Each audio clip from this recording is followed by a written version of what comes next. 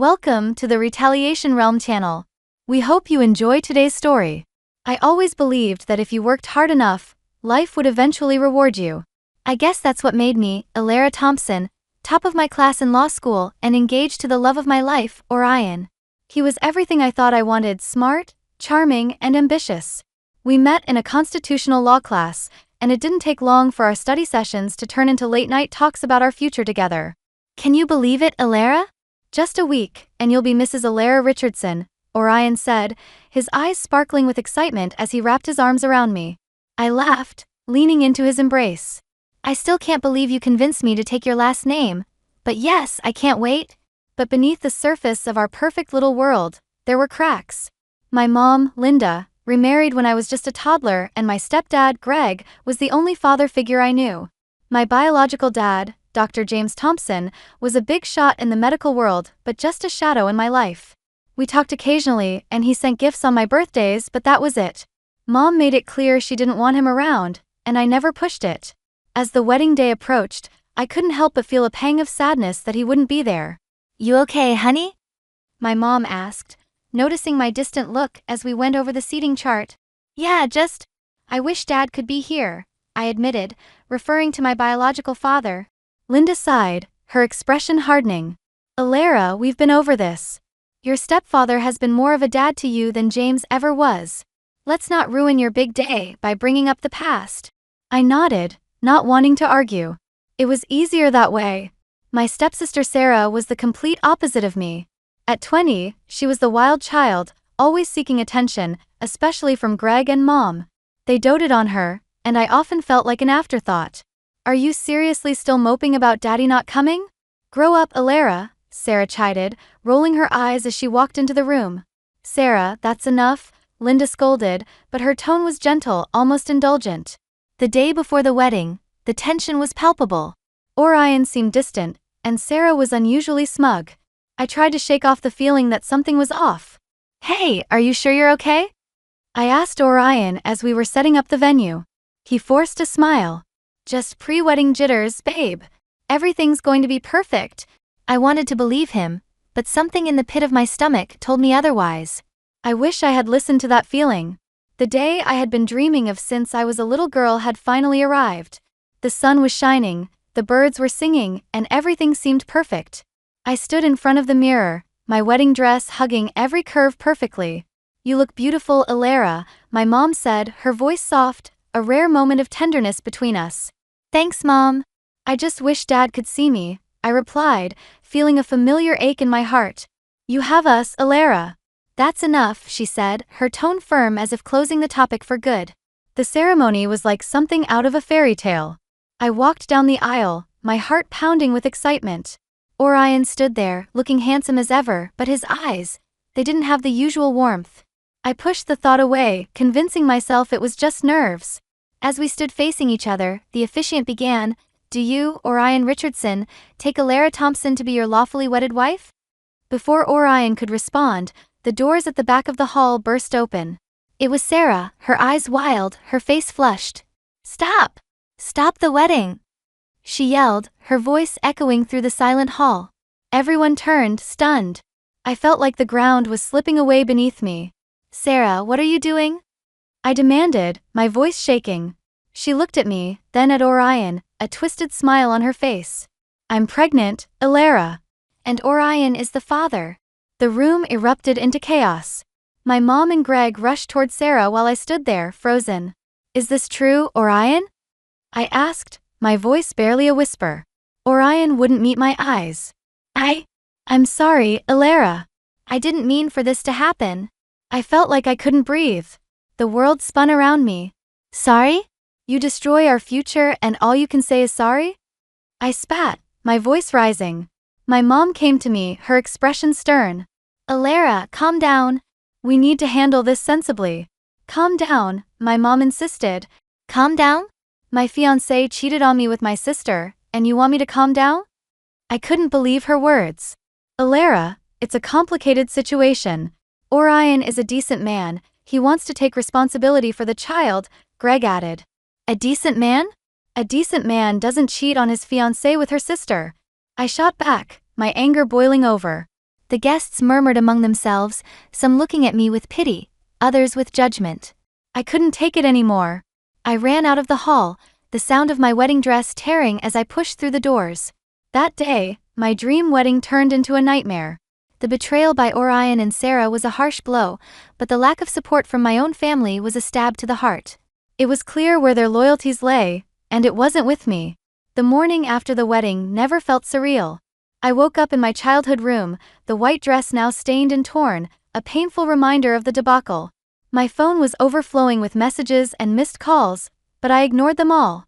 I couldn't face the world, not yet.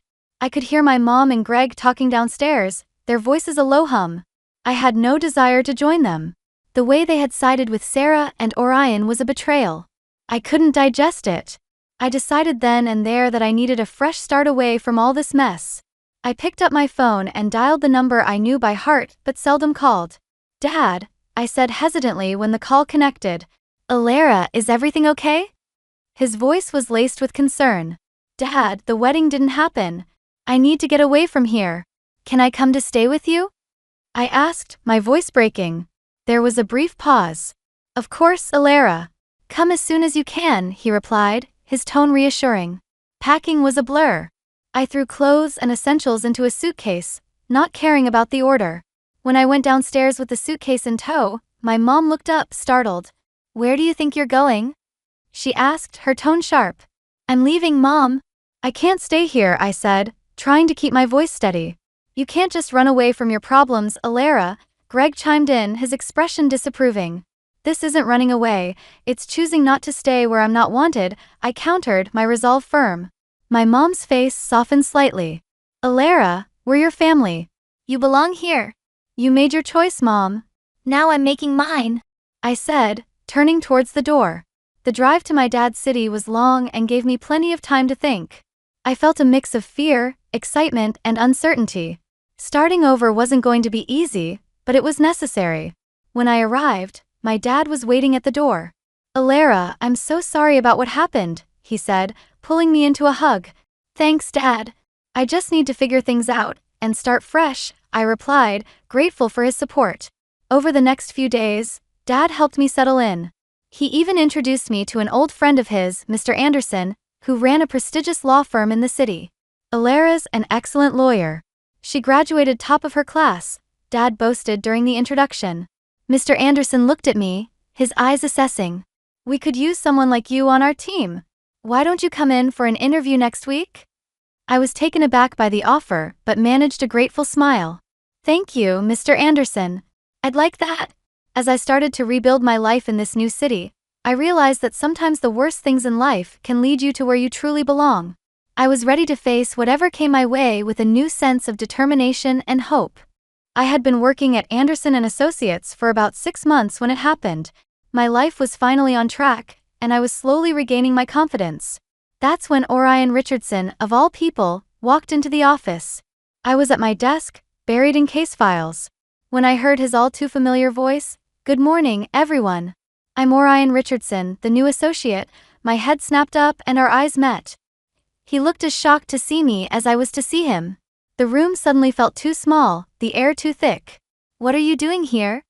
I asked, my voice barely above a whisper. Orion cleared his throat, regaining his composure. "I was hired last week." "I didn't know you worked here." Mr. Anderson, oblivious to the tension, clapped a hand on Orion's shoulder.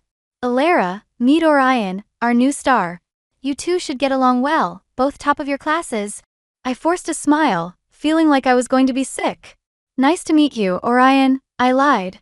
As the days went by, working with Orion became my new reality. I avoided him as much as possible, but it was hard in the small office space. Then one day, he cornered me in the break room. "Alara, we need to talk," he said, his tone serious. "There's nothing to talk about," I replied, trying to move past him. He blocked my way. "Please hear me out. I'm sorry for everything." "Sorry doesn't change what happened, Orion. You ruined everything," I said, my voice rising. "I know, and I regret it every day. But you need to know that Sarah lost the baby because of the stress from the wedding. She can't have children now." "That's on you," he accused. I stared at him incredulously. "On me?" You cheat on me and somehow it's my fault? You're unbelievable. Orion's face hardened. You could have handled it better. You didn't have to run away. I laughed bitterly. Handle it better? You destroyed my life, Orion, you and Sarah. Don't you dare put that on me? He opened his mouth to respond, but I didn't want to hear it. I pushed past him and left the room. The nerve of him blaming me for his and Sarah's actions was like a slap in the face, a reminder of the pain and humiliation I had gone through. As I sat back at my desk, trying to calm my racing heart, I realized this was just the beginning. Working with Orion was going to be a challenge, but I was determined not to let him get to me. I had come too far to be dragged down by his guilt and manipulations. The annual corporate party at Anderson & Associates was something. I had been looking forward to a chance to let loose and celebrate our hard work. That was until I found out Orion and his sister, Sarah, would be there. I had managed to avoid Sarah since the disaster of a wedding, and the thought of facing her now twisted my stomach into knots. I arrived at the party dressed in a simple but elegant black dress, hoping to blend into the background. The atmosphere was lively, with music playing and colleagues laughing. I was grabbing a drink when I heard a familiar, grating voice. Well, if it isn't the runaway bride," Sarah sneered, sidling up to me with a glass of champagne in her hand.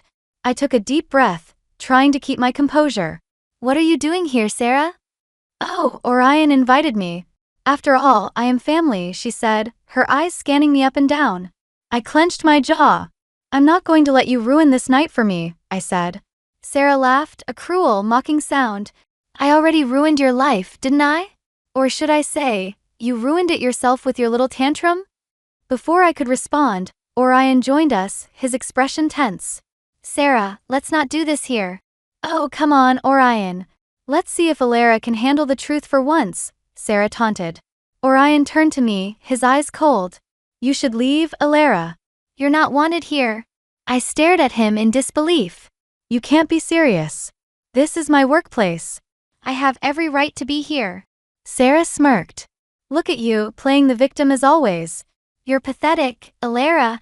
My anger boiled over. I am not the one who slept with my sister's fiancé. I am not the one who lied and manipulated people. You are the pathetic ones, I retorted firmly.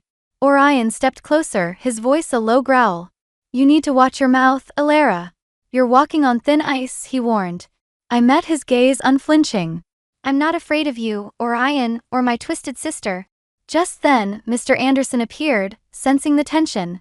"Is everything all right here?" he asked, looking between us. I took a deep breath, trying to calm my racing heart. "Yes, Mr. Anderson. Everything is fine. I was just leaving." As I walked away, I could feel their eyes on my back, but I held my head high. I wouldn't let them see how much they affected me. I wouldn't give them that satisfaction. That night, as I lay in bed, I realized that this was far from over. Orion and Sarah were determined to make my life difficult, but I was just as determined to stand my ground. I wouldn't let them break me. Not again. The atmosphere in the team was tense. I felt the stares of my colleagues and heard their whispers, which became quieter as I passed by. Orion tried to tell everyone his version of events, painting me as the villain in his story. It was painful because I was the victim of that story, and from his words, I turned into a scapegoat, causing suffering for my sister. My boss, Mr. Anderson, supported me, and that was the most important thing. Without his support, I would not have been able to work in such a toxic atmosphere. The only one who didn't know about all this was my father. But that dinner changed everything. Halfway through the meal, my dad, sensing my discomfort, quietly asked, "Alara, you seem troubled. What's on your mind?" I hesitated, unsure if I should bring it up, but I needed answers. "It's about Sarah and Orion," I began, my voice low. "They've been telling everyone that I caused Sarah's miscarriage, that the stress from the wedding was too much for her." Dad's expression changed to a mix of concern and something else. Hesitation, maybe. "Alara, I, as a doctor, am bound by medical ethics. But you're my daughter, and you deserve the truth." I leaned in, my heart pounding. "What truth, Dad?" He took a deep breath. "Sarah came to me a while back. She was having trouble getting pregnant, but Alara didn't have a miscarriage. She had an abortion. She chose to end the pregnancy herself." The words hit me like a physical blow. An abortion? But why would she lie about that? Dad shook his head, his expression pained. "I don't know, Alara, but she was very clear about her decision. The room seemed to spin around me. Sarah's lies, the deceit. It was deeper than I ever imagined. I felt a surge of anger, not just at her but at myself for believing her, for letting her words hurt me. I excused myself from the table, my mind racing. I couldn't confront Sarah or Orion, not yet. I needed a plan, a way to expose her lies without causing more drama. It had to be cunning, something that would reveal the truth in a way they couldn't deny. As I drove back home, ideas started to form in my mind. Sarah had played us all for fools, but I wasn't going to let her get away with it. It was time to turn the tables. Armed with the truth about Sarah, I knew I had to act smart. I couldn't just blurt out what I knew. It needed to be strategic and undeniable. That's when the idea of a sting operation came to me. I remembered hearing about a private investigator, a woman reputed for her skill in uncovering truths people wanted to keep buried. I decided to meet her. "Miss Thompson, I understand you need my services," the PI, a woman named Rita, said as we sat in her inconspicuous office. "Yes, it's about my stepsister, Sarah. She's lied about something significant, and I need proof," I explained, trying to keep my emotions in check. Rita leaned forward, her eyes sharp. "What kind of proof are we talking about?" "She claimed she had a miscarriage caused by stress I supposedly inflicted, but I know for a fact it was an abortion," I said, feeling a twinge of anger at the memory. Rita nodded, a plan already forming in her mind. People slip up, especially when they think they're in a safe space. "You said she likes to drink at a bar on weekends?" "Yes, she's there almost every Saturday," I confirmed. "Good. I'll befriend her there. If she's as loose-lipped as you say when she's drunk, it shouldn't be too hard to get her to spill the truth," Rita said confidently. The following week was agonizing. I waited, hoping Rita would come through. Then, on Tuesday morning, she called me. "I got it, Alara. Sarah spilled everything during a drunken rant. It's all on tape," Rita said. I met Rita that evening to listen to the recording, hearing Sarah's voice slurring and boasting about how she fooled everyone, how the baby was never Orion's, and how she never wanted it. Chills ran down my spine. "Rita, this is exactly what I needed. How can I ever thank you?" I asked. "Just seeing justice served is enough for me," Rita replied, a small smile on her face. Now armed with the truth, I knew it was time to confront Sarah and Orion. But I wanted to be careful, to reveal the truth in a way that left no room for doubt or further lies. I planned to invite them to a neutral, public place where they couldn't cause a scene. On the day of the confrontation, my nerves were on edge, but I felt a sense of empowerment too. This was it, the moment of truth. The day had come to confront Sarah and Orion with the truth. My heart was racing as I sat in the corner of the coffee shop, waiting for them to arrive. I had chosen this place for its public setting, hoping it would keep emotions in check. Sarah walked in first, her usual confident self, followed by Orion, who looked unsure. They sat down opposite me, Sarah's eyes narrowing slightly. "So, Alara, what's so important that you dragged us here? Do you finally want to apologize and get out of the company?" Sarah asked. I took a deep breath, my hands gripping the envelope containing the recording. "I know everything, Sarah," I said. Her face went pale, then flushed with anger. "What are you talking about, Alara?" Orion looked between us, confused. "Sarah, what is she talking about?" he asked. I pushed the envelope across the table. "I hired a private investigator. She recorded Sarah admitting everything at a bar." "It wasn't a miscarriage. She lied," I said, pushing the envelope across the table. Sarah's eyes widened in shock, then her gaze turned to one of malice.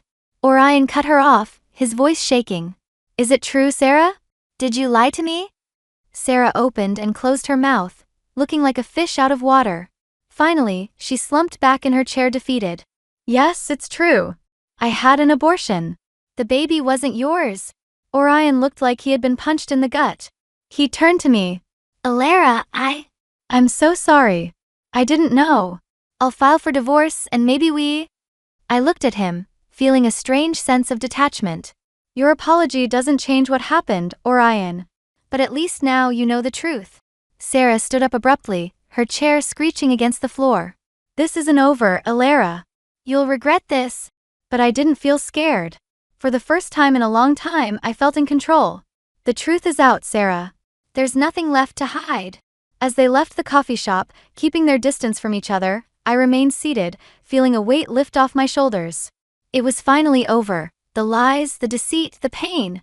It was all out in the open. The next day at work, word had spread about the confrontation.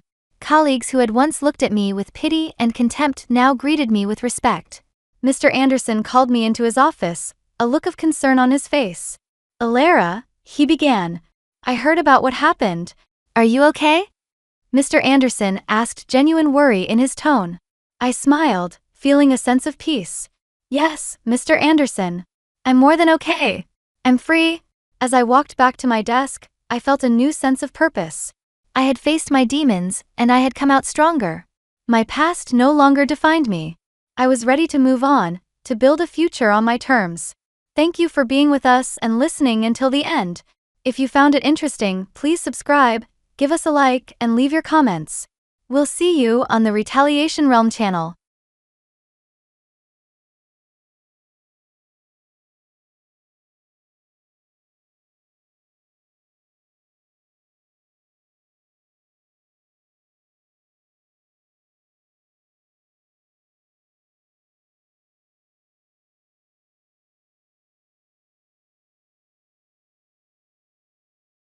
Hi, I'm Alyssa Milano, and this is the story of how I stood up to my controlling family and carved out my own path. It wasn't easy, but sometimes the hardest choices lead to the most freeing outcomes. I'm 23 years old and just weeks away from graduating from Albany University with honors.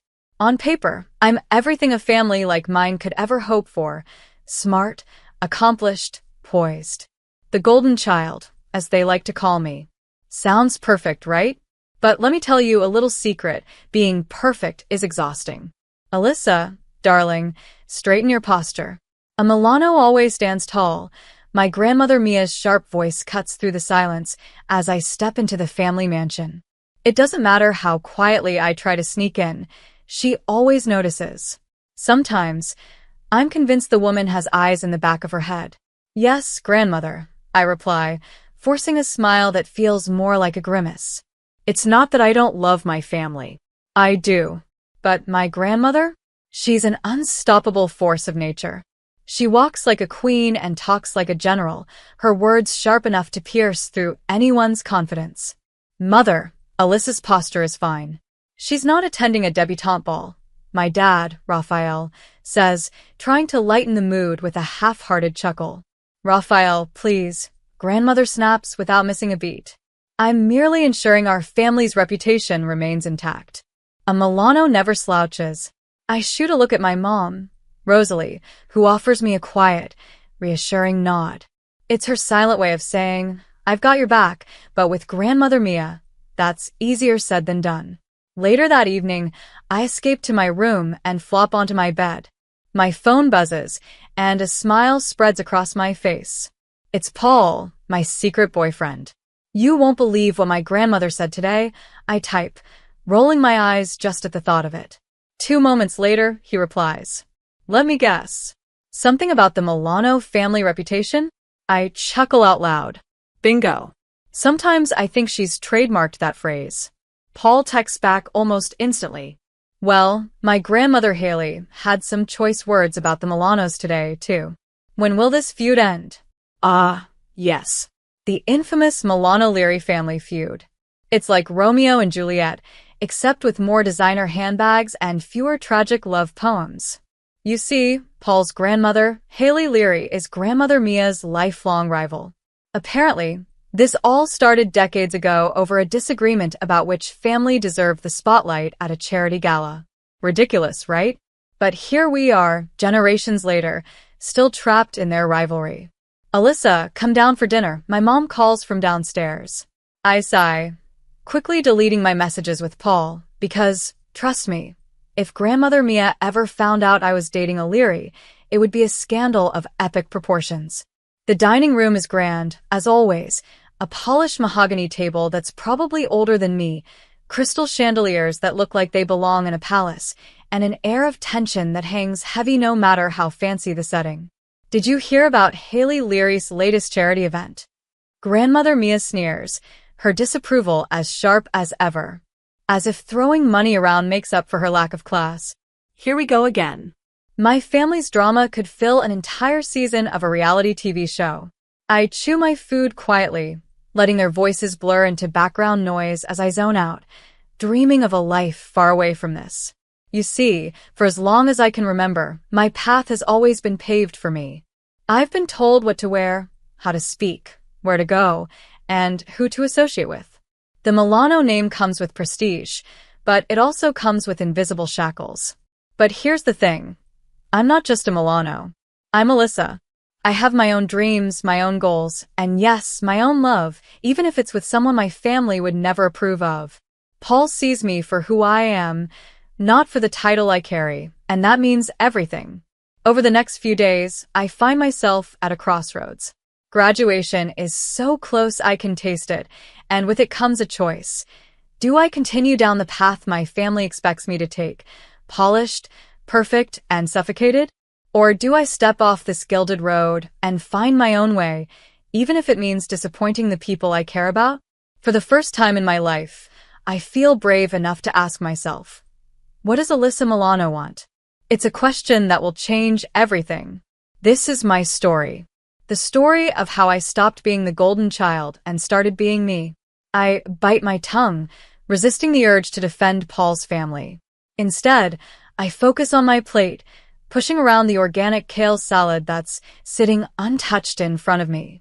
Now, Alyssa, Grandmother Mia's sharp voice cuts through the quiet tension, turning her attention fully on me.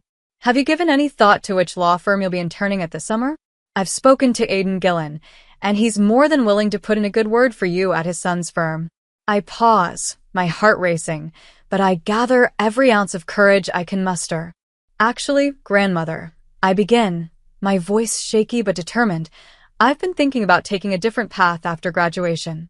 Maybe exploring nonprofit work. The silence that follows is deafening. It feels as though I've just announced I'm running away to join a traveling circus. Nonprofits. Grandmother's voice is dangerously low, dripping with disapproval. Alyssa, dear, Milanos do not do nonprofit. We lead. We succeed. We dominate. Her words land like heavy stones, each one designed to crush my resolve. I feel my courage waver under her piercing gaze, but then I think of Paul and of the life I want. A life where I decide who I am and what I do, not one that's been mapped out for me since birth. I understand, Grandmother, I reply, my voice surprisingly steady. But I believe there are many ways to lead and succeed. I'd like the chance to find my own path. The tension in the room is suffocating.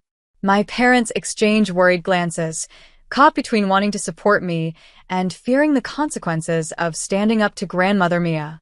As I lay in bed that night, my mind races.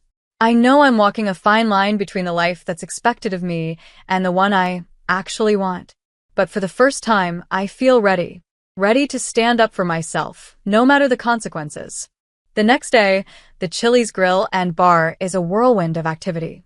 The grand halls are alive with the hum of conversation, crystal glasses clinking as Albany's elite celebrate my graduation. Servers glide through the crowd with trays of champagne, and I stand in the center of it all, forcing a smile as yet another one of Grandmother's friends congratulates me. Alyssa, darling, come here for a moment, Grandmother Mia calls, her voice effortlessly commanding attention. She waves me over to a group of distinguished-looking men in perfectly tailored suits. Excuse me, I say politely to the woman I've been speaking with, my heels clicking across the polished marble floors as I make my way over. Yes, Grandmother? I ask, carefully keeping my expression neutral. Gentlemen, Grandmother begins, her tone full of pride as she gestures toward me. This is my granddaughter, Alyssa. She's just graduated summa cum laude from Albany University. One of the men nods, clearly impressed. Following in your grandmother's footsteps, I see, he remarks. I hesitate for a split second, the weight of their expectations pressing on me like a physical force. I know what I'm supposed to say, that I'm honored, that I'll make the Milano family proud. But instead, I take a deep breath and let the words I've been holding back finally spill out. Actually, I say, meeting their gazes with as much confidence as I can summon, I'm hoping to forge my own path. I'm passionate about nonprofit work and making a real difference in people's lives. The air around us grows still. The men exchange brief, polite smiles, clearly uncertain how to respond. Grandmother's expression remains perfectly composed, but I can see the flicker of frustration in her eyes. "Well, that's unexpected," one of the men mutters, forcing a polite smile. "Alyssa has always been ambitious," grandmother says sharply, her voice smooth but carrying an undeniable edge. "I'm sure this is just a phase." "It's not a phase," I reply softly but firmly. Grandmother doesn't respond. Instead, she gives me a long, calculated look before turning back to the men. I know she'll have more to say later, but for now, I've done it. I've spoken up. As I stand there, surrounded by the hum of chatter and clinking glasses, I feel a mix of fear and freedom coursing through me. This won't be easy. Disappointing grandmother never is. But for the first time, I know I'm on the right path. My path. And I'm ready to see where it leads. Mia had always been a force to be reckoned with, both in the family and in the business world. I smiled politely, the practiced smile of someone who knows their role, but inside, I felt like I was screaming. This wasn't me. This wasn't what I wanted. As I looked at my grandmother's smug face, something inside me snapped. For years, I had let her shape my life, dictate my choices, and overshadow my identity. But not anymore. "Actually," I said, my voice surprisingly steady, though my hands trembled slightly at my sides. "I have an announcement to make." The room fell into a strained silence. Grandmother Mia's sharp eyes narrowed as she turned to face me. "Alyssa, what are you doing?" she demanded, her tone low and warning. But I was already stepping away from her and toward the center of the grand room. The sound of my heels clicking against the marble floor echoed like thunder in my ears. I caught Paul's eye across the crowd. He stood near the far end of the room, his expression a mixture of pride and encouragement. He gave me a subtle nod, and that was all I needed to push forward. "Everyone," I called out, my voice rising above the murmur of chatter. "May I have your attention, please?" Slowly, the room quieted, and all eyes turned to me. My heart pounded so hard it felt like it might burst, but I took a deep breath and stood tall. "Thank you all for coming to celebrate my graduation," I began, forcing a small smile. "But tonight, there's something else I'd like to celebrate." Out of the corner of my eye, I saw Grandmother Mia pushing through the crowd, her face contorted in confusion, the first crack in her otherwise flawless armor. The confusion quickly turned to anger as she realized something big was happening, something she wasn't controlling. "I'm engaged," I announced, my voice ringing out clear and strong, "to Paul Leary." The room froze, time itself seemingly suspended. For a long, breathless moment, no one moved, no one spoke. Then, almost on cue, Paul stepped forward from across the room. He moved confidently, his presence grounding me. He reached for my hand, his warm smile reassuring. "It's true," he said, his voice calm and steady as he looked at me with such affection it made my heart swell. "We're in love." The crowd erupted into a chorus of shocked whispers and gasps. "Leary? As in Haley Leary's grandson?" I heard someone mutter. "But the feud! The Milanos and the Learys hate each other," another voice whispered in disbelief. Fragments of conversations swirled around me, but I tuned them all out. My focus remained on Paul and on the promise of the life we wanted to build together. But then I saw her, Grandmother Mia. Her face was a mask of fury unlike anything I had ever seen before. She shoved past the last few people in her way and stopped just inches from me, her eyes blazing with rage. "How dare you?" she hissed, her voice low and sharp enough to cut glass. "How dare you embarrass me like this in front of everyone?" "Grandmother," I tried to explain, but she didn't give me a chance. Without warning, her hand lashed out, striking me across the face, so hard I stumbled backward. Gasps rippled through the crowd as the world spun and darkened around me. My knees buckled, and then everything went black. When I came to, I was lying on the floor, my head cradled in Paul's lap. His worried face swam into focus as the sounds of chaos filled the room. People were shouting, some rushing out in a flurry, and my parents were desperately trying to calm things down. "Alyssa, can you hear me?" Paul's voice was tight with concern as he looked down at me. I blinked, my head throbbing. What happened?" I mumbled, trying to sit up. Paul gently held me still. "Don't move. Your grandmother, she hit you. You blacked out for a few minutes. We're taking you to the hospital." I nodded weakly, my mind swimming as the events replayed in my head. My father appeared on my other side, his face pale with worry. Together, they carefully helped me to my feet. My cheek burned, and I winced at the pain, but I stood as tall as I could. The room was still in disarray, whispers and judgmental glances flying everywhere. But as Paul wrapped his arm around me protectively and led me toward the door, I felt something I hadn't felt in a long time. Freedom. I knew this moment would change everything for my family, for me, and for Paul. But for the first time in my life, I was ready to face it. Because this time, I was standing up not as a Milano, not as my grandmother's puppet, but as Alyssa. And I would never look back. I saw my grandmother standing off to the side, her face cold and indifferent. There was no anger, no sadness, just an icy detachment that cut deeper than any words she could say. "Mother, how could you?" My father's voice trembled with fury as he confronted her. "She's your granddaughter." Grandmother Mia's lips curled into a faint, dismissive smile. "She made her choice," she said coolly. Then, her tone turned steely, each word sharper than the last. "She's no granddaughter of mine." Those words hit me harder than the slap that sent me to the ground. As I was led toward the waiting ambulance, I couldn't help but wonder, was this the price of standing up for myself? And if it was I ready to pay it? When I woke up, I was in a sterile hospital room. The scent of disinfectant filled my nose, and the soft beeping of machines echoed nearby. My head pounded, and for a moment, I couldn't remember why I was there. Then, like a floodgate opening, it all came rushing back. The party, the announcement, grandmother's fury. "Alyssa, you're awake." Paul's voice broke through my daze, filled with relief. He was sitting by my bedside, dark circles shadowing his eyes, as though he hadn't slept in days. "What happened?" I croaked, my throat dry and scratchy. "You've been out for a day," my mom said softly as she stepped into the room. Her face was pale, worry etched into every line. "The doctor said you have a mild concussion. You're lucky it wasn't worse." I tried to sit up, wincing at the pain throbbing in my skull. Has grandmother been here?" The silence that followed was answer enough. "Actually," my dad said, his voice tight with anger, "she's been busy trying to control the narrative. It's all over the local news." Paul handed me his phone, his jaw clenched as I scrolled through the headlines. Albany's socialite assaults granddaughter at graduation party. Milano family feud erupts in violence.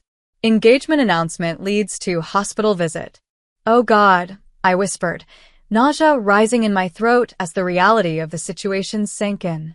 "That's not all," Paul said, his voice low and controlled, though I could hear the anger simmering beneath it. "Your grandmother tried to bribe me to leave you. She offered me an obscene amount of money to forget this foolishness and disappear from your life." I stared at him, stunned. "She was. She also threatened to cut you off financially if you don't come to your senses," my mom added bitterly, shaking her head. In that moment, something inside me hardened. For years, I'd made excuses for my grandmother's behavior. I'd told myself it was her way of showing love, that beneath the harsh exterior there was care and concern. But now, I saw her for who she truly was, a manipulative, controlling woman who cared more about her image than the people who were supposed to be her family. "I'm done," I said firmly, surprising even myself with the strength in my voice. "I'm done letting her control my life." The next few weeks were some of the hardest I'd ever faced. I moved out of the family home, packing up my things while ignoring my grandmother's threats and guilt trips. I knew she thought I'd break, that I'd come crawling back, but I didn't. I accepted a job offer in San Antonio City, a position with a nonprofit organization I had been too afraid to consider before. The opportunity had always been there, waiting, but I'd let fear and family expectations hold me back. Not anymore. It wasn't easy. Starting over never is. But as the days passed, I began to feel something I hadn't felt in a long time: freedom. Paul was by my side every step of the way. He helped me find a small apartment in the city, just big enough to feel like home, and he offered unwavering support when the nightmares came. Because they did come. Flashes of that night, my grandmother's furious face, the sharp sting of her hand, the cold finality of her words. Maybe I should see someone, I admitted to Paul one night after waking up drenched in sweat. He sat beside me, his hand gently rubbing my back as I tried to catch my breath. "You should," he said softly, his voice full of love and understanding. "There's no shame in getting help, Alyssa. What you've been through, it's a lot." I nodded, tears pricking at the corners of my eyes. For so long, I'd carried the weight of being a Milano, of being perfect. But now, I was ready to let that weight go. In the months that followed, I found myself again. I poured my energy into my new job, helping people in ways that felt meaningful and real. I built a life that was mine, one free of expectations and judgment. My relationship with my parents began to heal as they realized how much I'd sacrificed to make them proud. And Paul stood by me through it all. One day, as I stood on the balcony of my little San Antonio apartment, staring out at the bustling city below, I felt a quiet sense of peace. I had lost so much: my grandmother's love, the security of my old life, but I had gained something far more valuable: myself. For the first time in my life, I was living on my terms. And I knew, no matter what challenges lay ahead, I was strong enough to face them. "I think that's a great idea," Paul said softly. "I'll go with you if you want." True to his word, Paul was there for me through everything: every therapy session, every panic attack, and every moment when I doubted myself. Even when Grandmother Mia kept trying to break us apart, including a subtle threat to his family's business, Paul stood firmly by my side. Meanwhile, Grandmother's perfect world was falling apart. I heard whispers that some of her business partners had distanced themselves, not wanting to be connected to someone who had hit her own granddaughter. One evening, Paul showed me his phone. "Did you see this?" he asked. It was a video of Grandmother being surrounded by reporters outside her office. "Mrs. Milano, do you have any comments on the assault allegations?" one reporter asked. "Is it true you tried to bribe your granddaughter's fiance?" another pushed. "How do you respond to claims that you're using your influence to hide the story?" Grandmother's face was full of anger as she ignored the questions and shoved past the reporters without saying a word. "Karma's a nightmare," I muttered, feeling both satisfied and a little sad. That part of my life was over. 3 years flew by in San Antonio. Paul and I got married in a small, simple ceremony far away from the Albany society pages. It was quiet, beautiful, and exactly what we wanted. We were happy, building a life together on our own terms. Then one day, an invitation arrived. A charity gala in Albany. I hesitated, holding the invitation in my hands. But Paul squeezed my hand reassuringly. "We can handle it. We're not the same people we were 3 years ago." When we walked into the grand ballroom, I could feel the eyes on us, hear the whispers behind our backs. I held my head high and kept moving. Then I saw her, Grandmother Mia.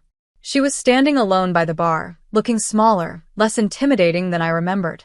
Our eyes met, and to my surprise, she walked toward me. "Alyssa," she said, her voice softer than I'd ever heard it. It lacked its usual confidence and power. "I'm glad you came, Grandmother," I replied coolly. She glanced around nervously, as if checking who was watching. "I was hoping we could talk. I want to apologize for what happened. I reacted poorly, and I'm sorry." I froze, shocked. An apology for Mia Milano? I never thought I'd hear those words. But when I looked into her eyes, I saw no real regret, only desperation. "I appreciate the sentiment," I said calmly, "but I'm afraid it's too little, too late." Her face fell.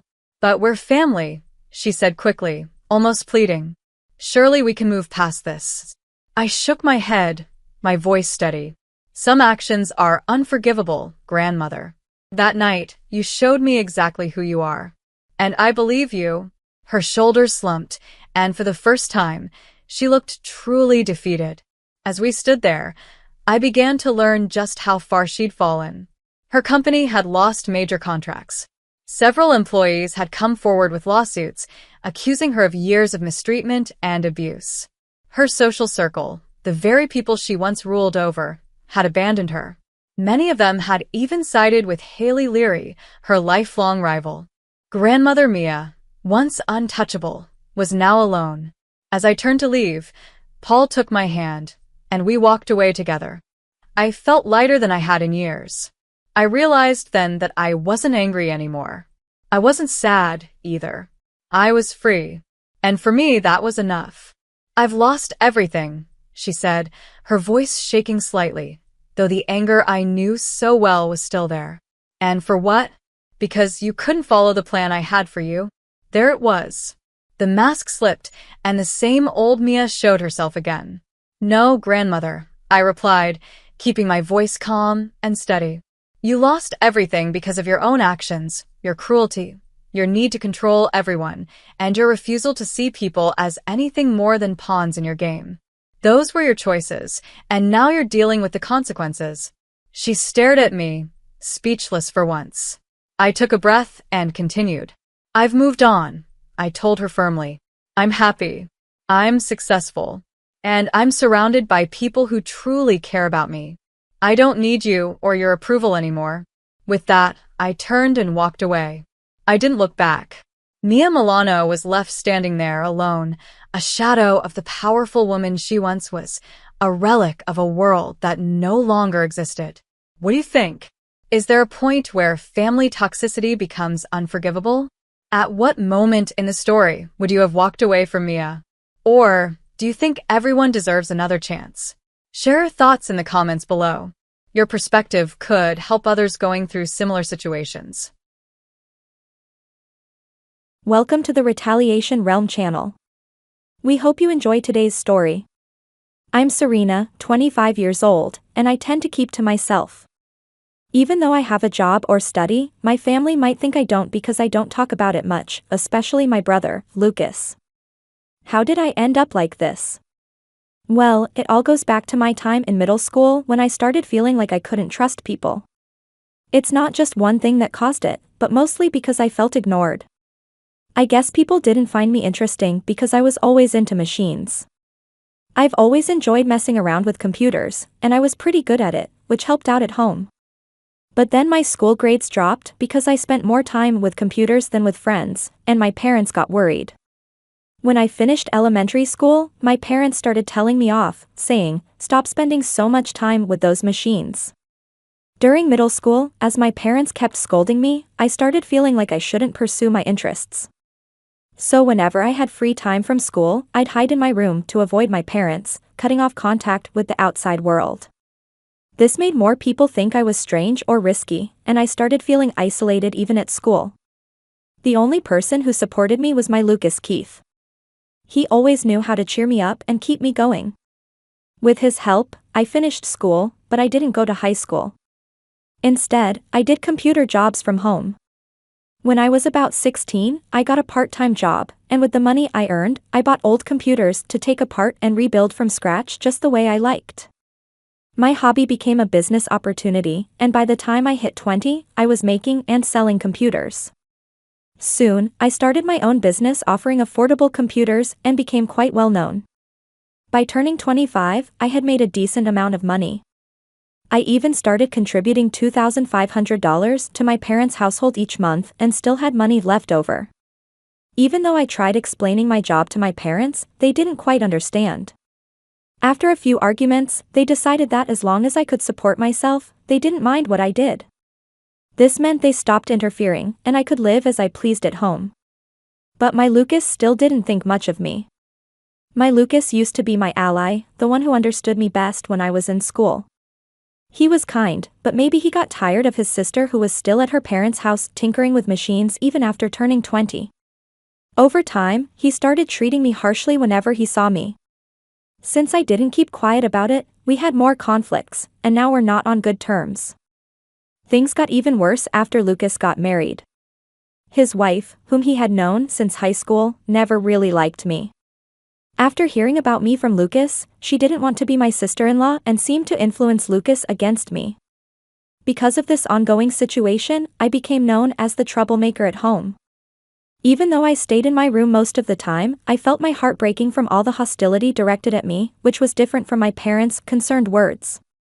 Suddenly, my parents' home, once a cozy sanctuary. Despite the criticisms and the turning of my home into a hostile environment, I no longer felt comfortable there. It seemed like my parents were being swayed against me, and my allies disappeared. Even though I had my income and contributed to the household expenses, my Lucas and sister-in-law, who didn't understand my work, saw me as a burden. They started talking about kicking me out and taking over the house. Feeling disconnected from Lucas and his plans, I figured leaving wouldn't make much of a difference. Once I found a new place, I wouldn't have to contribute to household expenses anymore, and maybe I could save that money instead. It was kind of a silver lining. As I was thinking about moving out, Lucas brought up the topic of inheritance out of the blue. He seemed to think that our parents' financial comfort, despite my lack of a traditional job, was due to their wealth. So when the idea of me leaving came up, he suggested that since we would be taking care of mom and dad, we should inherit their assets, implying that I should give up my share of the inheritance. However, the truth was that our parents could enjoy their lives without working because I was covering their living expenses. I didn't think they could manage without that money, but Lucas saw me as nothing but a burden in my room. Despite feeling like leaving was the best option, I decided to ask one more time out of kindness, "Are you really okay with me leaving?" I asked Lucas. He just laughed and said, "We'd be happy if you left already." It became clear once again how little he understood. I felt sorry for him and his wife, which made me even more determined to leave. A few days later, I was still in my room, and my Lucas and sister-in-law were relentless in their efforts to get me out. They kept knocking on my door, convinced mom to stop cooking for me, and even told me to do my laundry. But these were all things I'd have to do if I lived alone anyway. I wasn't going to just sit back and let them take my place away from me without a fight. Sure, I wasn't happy about it, but I wasn't about to accept it either. I was being unfairly pushed out, and I wasn't going to take it lying down. After all, I was skilled with machines, something my Lucas seemed to forget. He didn't realize the power I had with a computer at my disposal. I wasn't the type to quietly obey orders and leave. My Lucas's obsession with his marriage and the idea of me as the reclusive sister was the only chance for our parents to have a grandchild. They were so focused that they didn't see how wrong it was for me to leave. So, I decided to set up a little surprise for them, a trap that would spring into action as soon as I left the house. After finding a new place to live and completing all the necessary procedures, I was ready to leave my family home. Just before I departed, I left a farewell message for my parents and Lucas. "I've been supporting the family, and you've forgotten all the good I've done. I hope you realize who the real burden on our family wealth is." My parents seemed surprised for a moment, but they probably trusted that Lucas would figure things out somehow. They all brushed off my words as bitterness. I knew they didn't take me seriously, but for now, I believed it was best to leave things this way.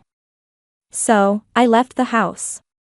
I took a significant amount of equipment from my family home and bought additional items along with the necessary furniture and appliances for my new place.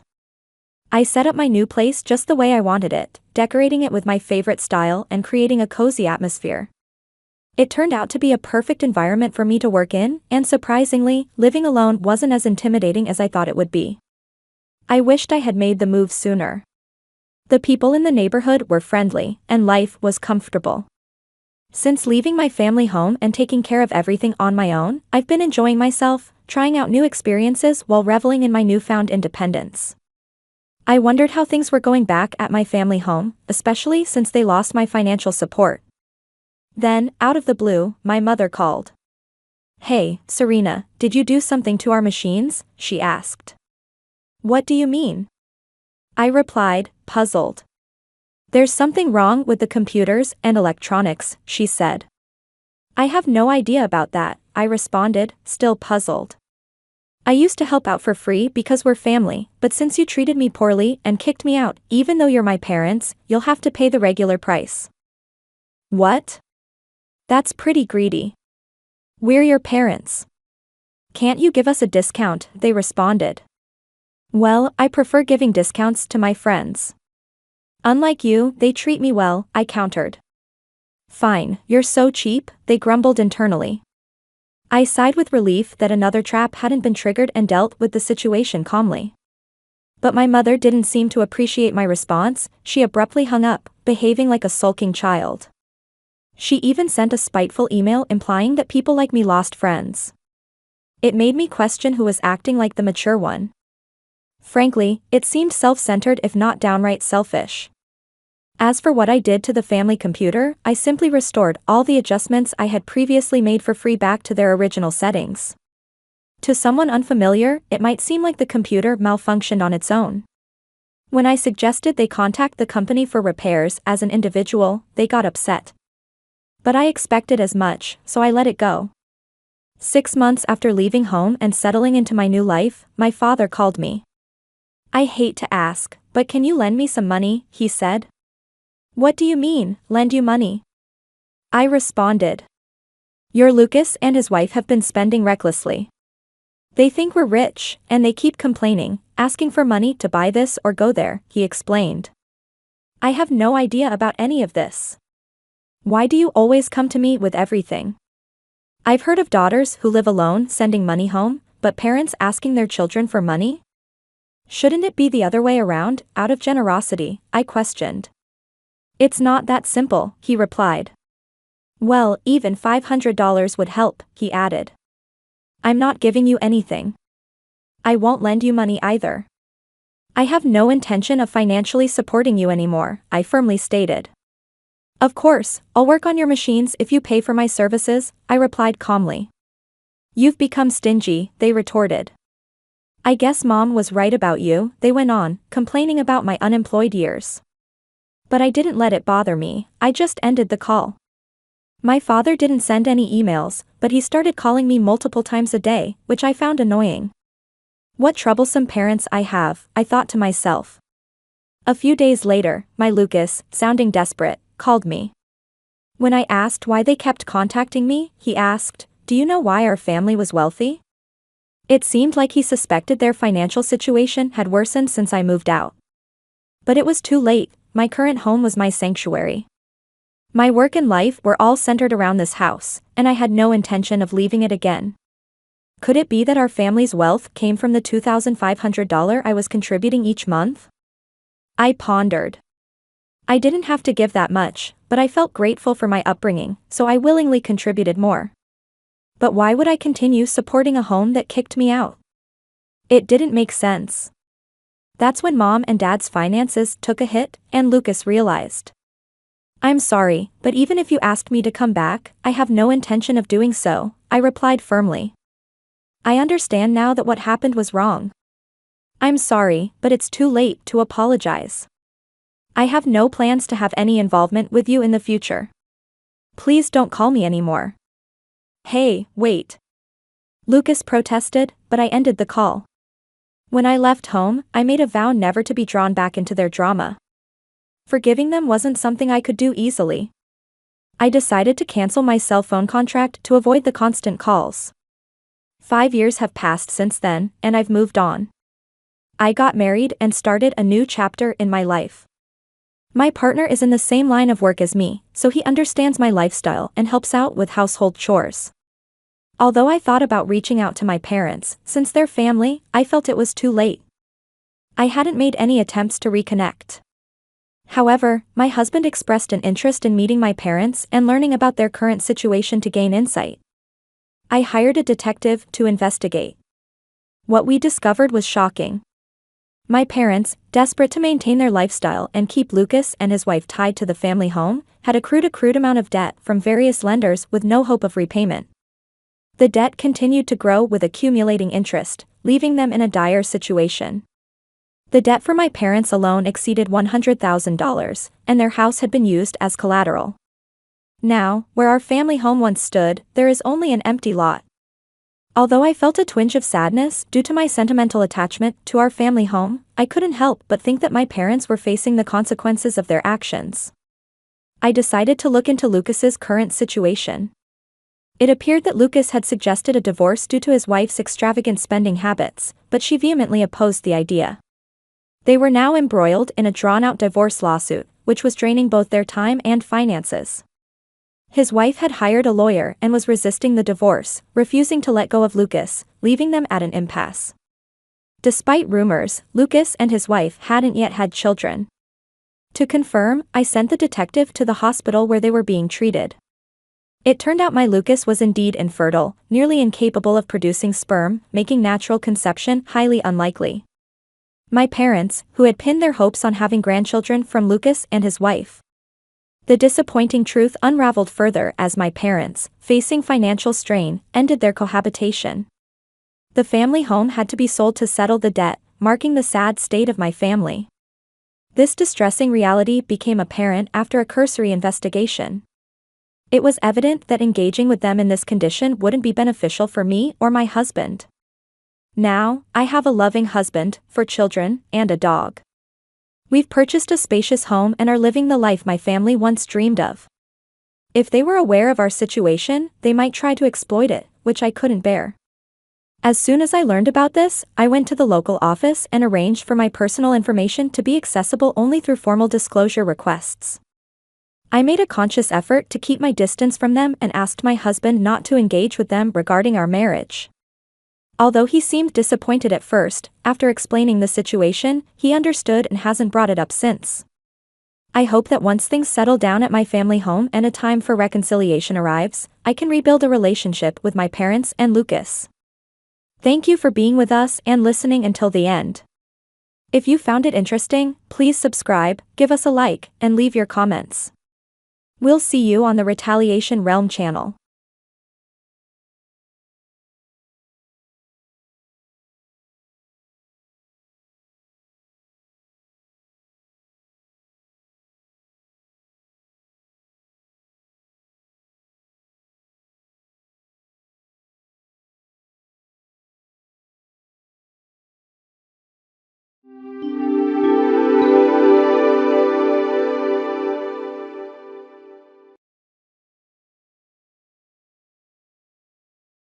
Welcome to the Retaliation Realm channel.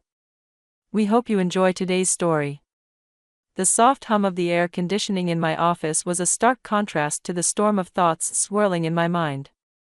I'm Nancy, a 28-year-old lawyer. My life now is a far cry from the turmoil of my childhood, a past I kept locked away even from those closest to me. The serenity of my office was shattered by the ringing of my phone. The display showed an unknown number, yet something about it felt ominously familiar. With a hesitant hand, I answered and spoke, my voice a blend of professionalism and caution. "Nancy, it's your father," the voice said, laced with nervousness that did nothing to calm my rising apprehension. A chill ran through me. It had been over a decade since I last heard that voice, a voice that once meant safety and love but had become a symbol of betrayal and pain. "Why are you calling me?" I asked, my words sharp, cutting through the silence that followed his introduction. "I'm in trouble, Nancy. Financially. I need your help," he said, his voice cracking slightly. His plea, however sincere it might have been, ignited a fire of resentment within me. "My help? Now you need me after all these years?" I retorted, disbelief and anger intermingling in my tone. "Yes, I wouldn't ask if it weren't serious. I'm really in a bind," he continued, desperation creeping into his voice. "You stopped being my father a long time ago. You can't just call me now and expect me to help." I responded, my voice cold and unwavering. There was a pause on the line, a heavy silence that felt like an unbridgeable chasm. "Nancy, please, I'm still your dad," he said, a feeble attempt at rekindling a bond long extinguished. The word "dad" felt foreign, almost jarring. "A dad? You forfeited that title when you chose her over me," I said, the years of suppressed anger and hurt finding their way into my words. "You're my daughter," he pleaded. You thought wrong, I interrupted, cutting him off mid-sentence. You made your choice years ago, and now I've made mine. My childhood before the age of 10 was filled with love and laughter, a testament to the wonderful life my parents and I shared in our small rented house. My mother, a beacon of joy and kindness, filled our days with warmth and our nights with stories and dreams. My father, once a playful and caring man, would spend evenings playing games with me or teaching me little things about the world. Our home was a cocoon of happiness where every day was an adventure and every night a sweet dream.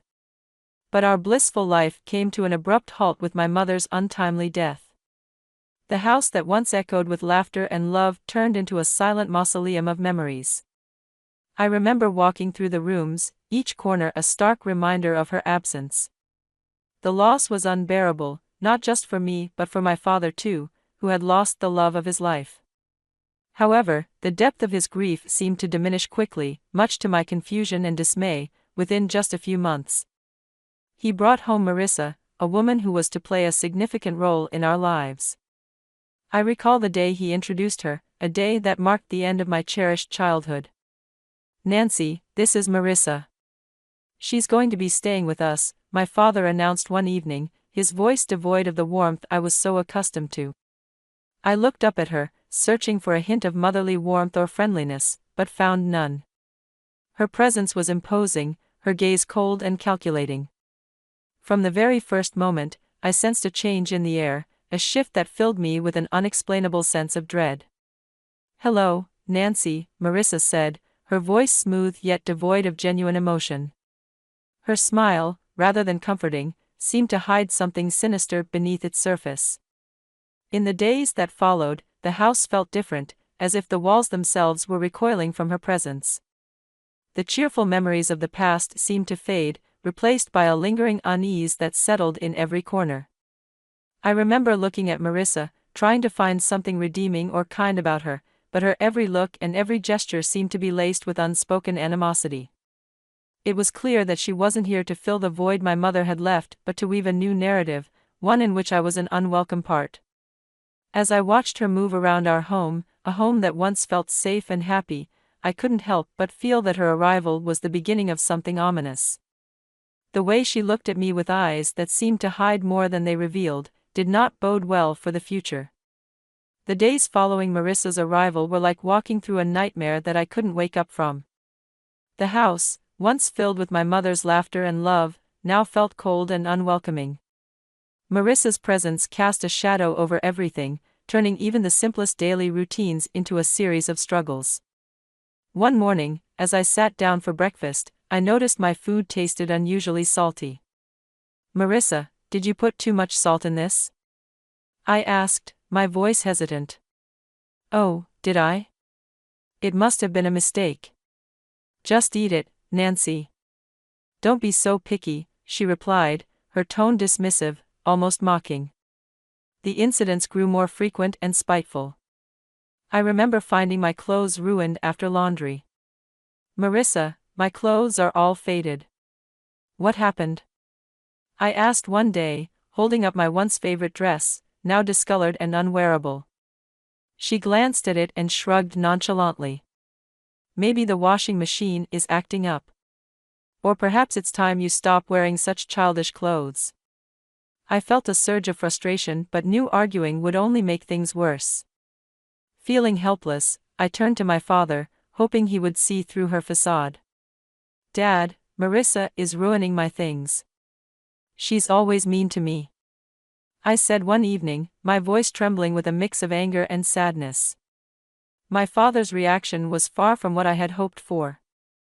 "Nancy, you're imagining things. Marissa is doing her best to fit into our family. Stop causing trouble," he said sternly, his words cutting deep. "But Dad, it's the truth," I protested. "That's enough, Nancy. I don't want to hear any more of your accusations," he replied, his voice rising in anger. Each day became a battle, trying to navigate around Marissa's hostility and my father's indifference. The home that once felt like a sanctuary now felt like a prison. I started spending more time in my room, trying to escape the constant tension that hung in the air. Living in that house of horrors, I felt alone and misunderstood. The safety and happiness that once filled those walls were replaced by fear and anxiety. Every day, I longed for the past, for the times when my mother's smile was enough to light up the entire room, a stark contrast to the darkness that now lingered in every corner. Living with Marissa became a daily ordeal of evasion and endurance. Her hostility towards me escalated from verbal jabs to physical abuse. It started subtly, a pinch on my arm or a twist on my stomach, always in places easily concealed under my clothes. The pain was sharp, a cruel reminder of my helplessness in her presence. I developed strategies to avoid her, constantly alert to her whereabouts in the house. I would take long routes to my room or wait until she was occupied before I moved around. Despite my efforts, there were times when she caught me off guard, and those moments always resulted in some form of pain. One day, while I was quietly reading in the living room, Marissa walked in and, for no apparent reason, pinched my arm hard, her nails digging into my skin. I winced in pain but bit back any cry of protest. She looked at me with a cold, triumphant smirk before walking away. During one of Grandma's rare visits, she noticed my cautious movements and the way I flinched when Marissa's voice echoed through the house. "Nancy, is everything all right at home?" Grandma asked, her voice filled with concern. I looked at her, my heart aching to tell her the truth, but fear and the desire to protect her from worry held me back. "Yes, Grandma, everything's fine, just a lot of schoolwork," I lied, offering her a forced smile. She seemed unsure but didn't press further. I felt a twinge of guilt for deceiving her, but I couldn't bear the thought of causing her any distress. That evening, as Grandma left, I saw Marissa watching from the window, her expression one of satisfaction. It was as if she relished the fact that she had control over me, knowing she could hurt me and get away with it. Her triumphant look was a clear message that she was the one in power, and I was just a helpless player in her twisted game. I retreated to my room, feeling trapped in a cycle of abuse and silence. The physical pain from Marissa's pinches and twists was bearable compared to the emotional turmoil I felt. School was my sanctuary, a place where I could briefly escape the misery of my home life. But even there, the shadows of my struggles at home began to seep through. My teacher, Mrs. Thompson, a kind-hearted woman who always encouraged her students, started to notice changes in me. One day, as I was handing in my homework, she gently grabbed my wrist, her eyes drawn to the bruises on my arm. "Nancy, what happened here?" "These look like bruises," she said, her voice laced with concern. I quickly pulled my arm back, covering the bruises with my sleeve. "It's nothing, Mrs. Thompson. I fell while playing," I lied, avoiding her gaze. Mrs. Thompson didn't look convinced. "Nancy, if there is something wrong or if someone is hurting you, you can tell me. It's important to speak out," she urged, her eyes searching mine for the truth.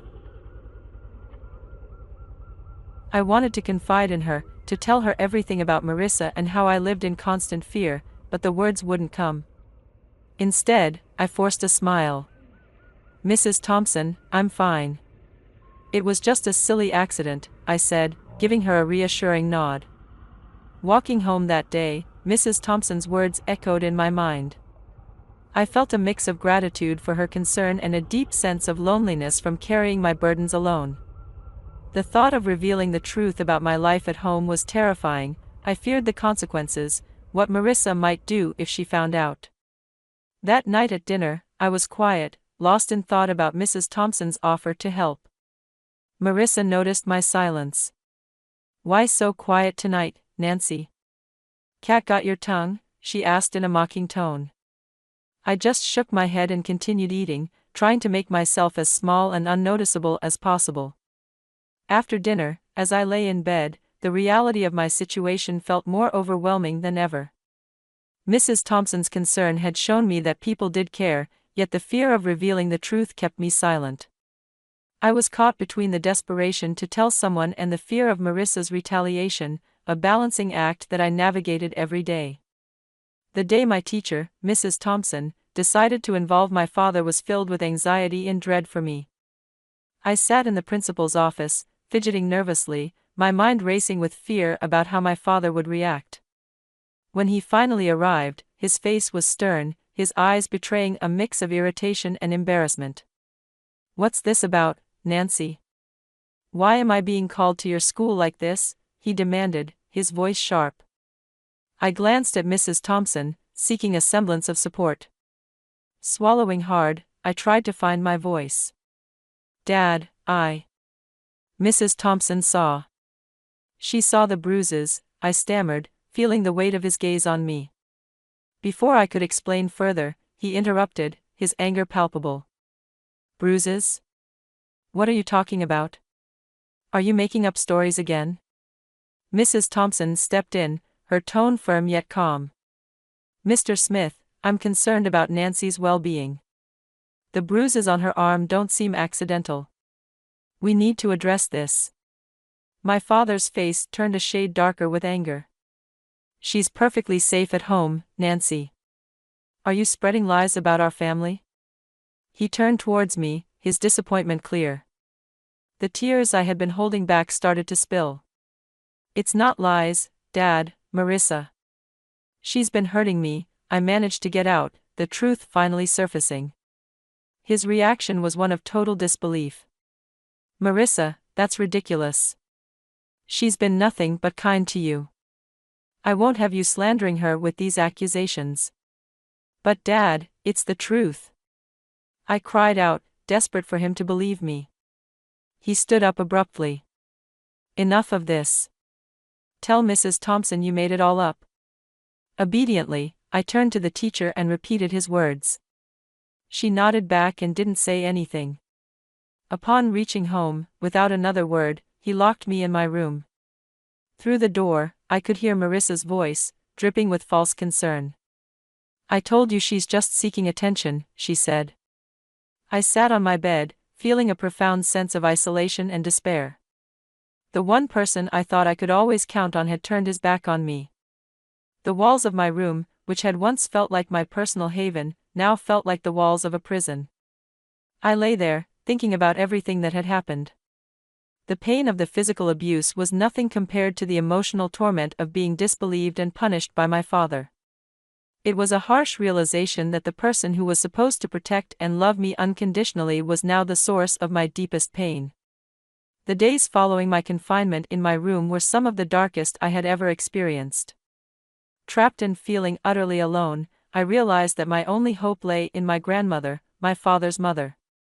She was a kind and loving woman who had always shown me affection, but I had never dared to burden her with my troubles at home.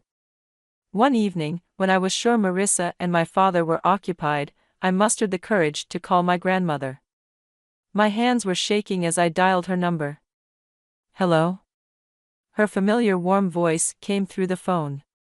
"Grandma, it's me, Nancy," I said, trying to keep my voice steady. "Nancy, my dear, how are you?" she asked, her tone filled with genuine care. Tears welled up in my eyes as I replied, "Grandma, I need help. Can I come and stay with you for a while?" There was a moment of silence on the other end. "What's wrong, Nancy? Did something happen?" I took a deep breath, the words rushing out. "It's Marissa, she's been hurting me and Dad won't believe me." I didn't know what to do. I could hear the concern in her voice as she quickly responded, "Of course, my dear. You come right over. I'll take care of this." The next day, my grandmother arrived. She was a small woman, but her presence filled the room. She confronted my father with a strength that surprised me. "John, I'm taking Nancy with me. She's not safe here," she declared firmly. My father, taken aback, tried to protest. "Mom, you can't just take her. She's my daughter." "Your daughter whom you failed to protect," she countered sharply. "I won't stand by and watch her suffer." Marissa tried to intervene. "She's just a child making up stories. You can't believe her over us." Grandma turned to Marissa, her eyes steely. "I know a scared child when I see one. Nancy is coming with me, and if you try to stop me, I'll take this matter to the authorities." Realizing he was defeated, my father didn't put up any further resistance. As I gathered my things, I saw Marissa's expression change from defiant to defeated. Leaving the house with my grandmother, I felt a weight lift off my shoulders. For the first time in months, I felt safe. The car ride to Grandma's was quiet, but her presence was comforting. Once we arrived, she turned to me and said, "You're safe now, Nancy. You don't have to worry anymore." In my grandmother's house, I found the love and security that had been missing in my life. It was a haven where I could heal and regain my strength. The contrast between her nurturing home and the coldness of my father's house was stark. For the first time in a long while, I felt like I could breathe again, free from the fear and anxiety that had plagued me. Years had passed since I left my father's house to live with my grandmother. Her home had been a sanctuary, a place of healing and love. But time, as it does, moved on and brought another wave of change. My beloved grandmother passed away, leaving a void that seemed impossible to fill.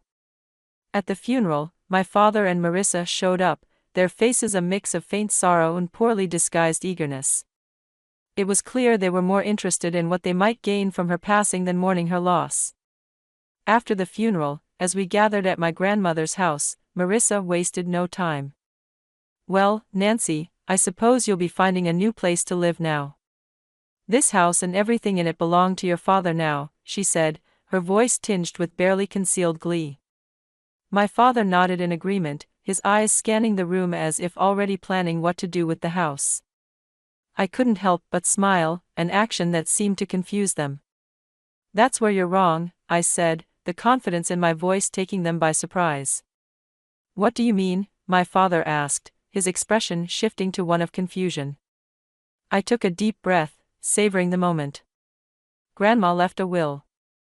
She bequeathed the house and a substantial amount of money to me," I explained, watching as their expressions changed from confusion to shock.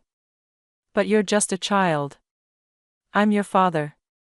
I should be in charge of any inheritance you receive," my father stammered, his sense of entitlement clear. Marissa chimed in, her voice shrill. "Yes, until you come of age, your father will manage your property. It's only right." Their reactions were almost amusing. "You don't give a damn about me, so much that you didn't even wish me a happy birthday. I turned 18 a month ago. I'm legally an adult now.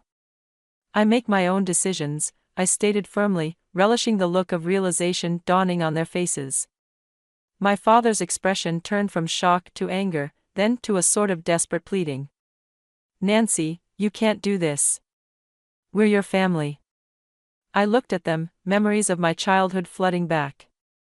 "You stopped being my family a long time ago," I said, my voice steady. Marissa stepped forward, her tone now begging. "At least let us stay in the house. We have nowhere else to go. We haven't extended the lease of our house." I shook my head. "This is my house now. You'll need to find somewhere else."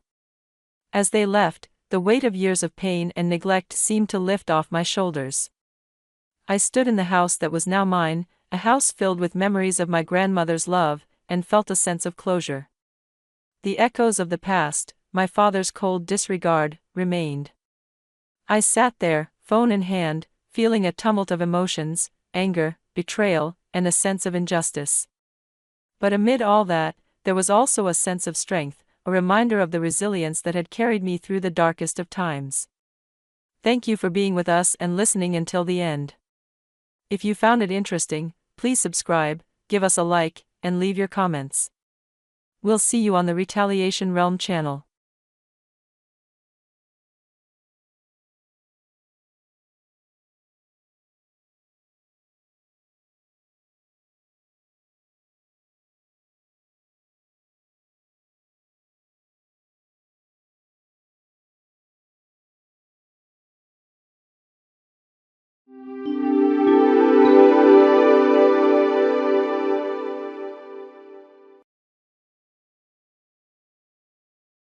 Emma, a 35-year-old housewife, had been married to Stephen, a company employee, for 10 years.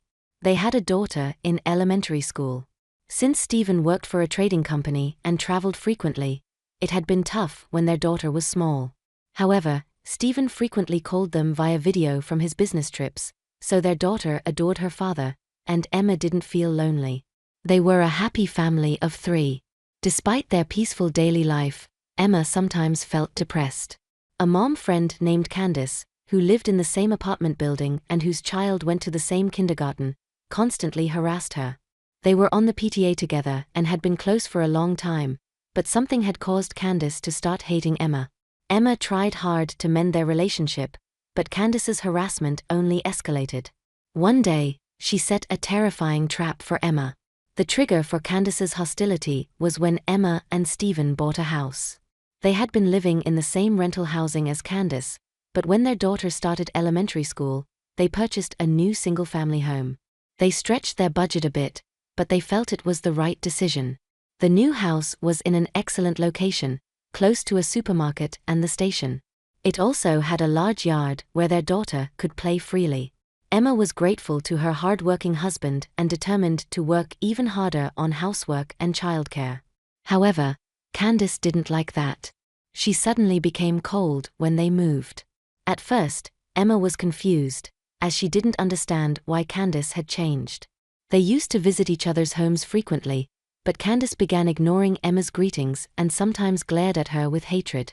Emma finally understood the reason during their children's entrance ceremony. As Emma was leaving the school, Candace whispered in her ear, "Just because you bought a house, you think you're better than everyone else. You're such a smug woman." Then she said, "I thought you were my friend, but I'm disappointed," and walked away. Being hated by someone she considered a friend was shocking. Emma had never boasted about their new home and wanted to stay friends even after their children started elementary school. She tried to mend their relationship by smiling and talking to Candace, but her attitude didn't change. Candace even started spreading false rumors among other mom friends, saying Emma was getting arrogant after buying a house and looking down on those who didn't own a house. Fortunately, no one believed her, and some friends sympathized with Emma, saying it was tough having someone like that targeting her.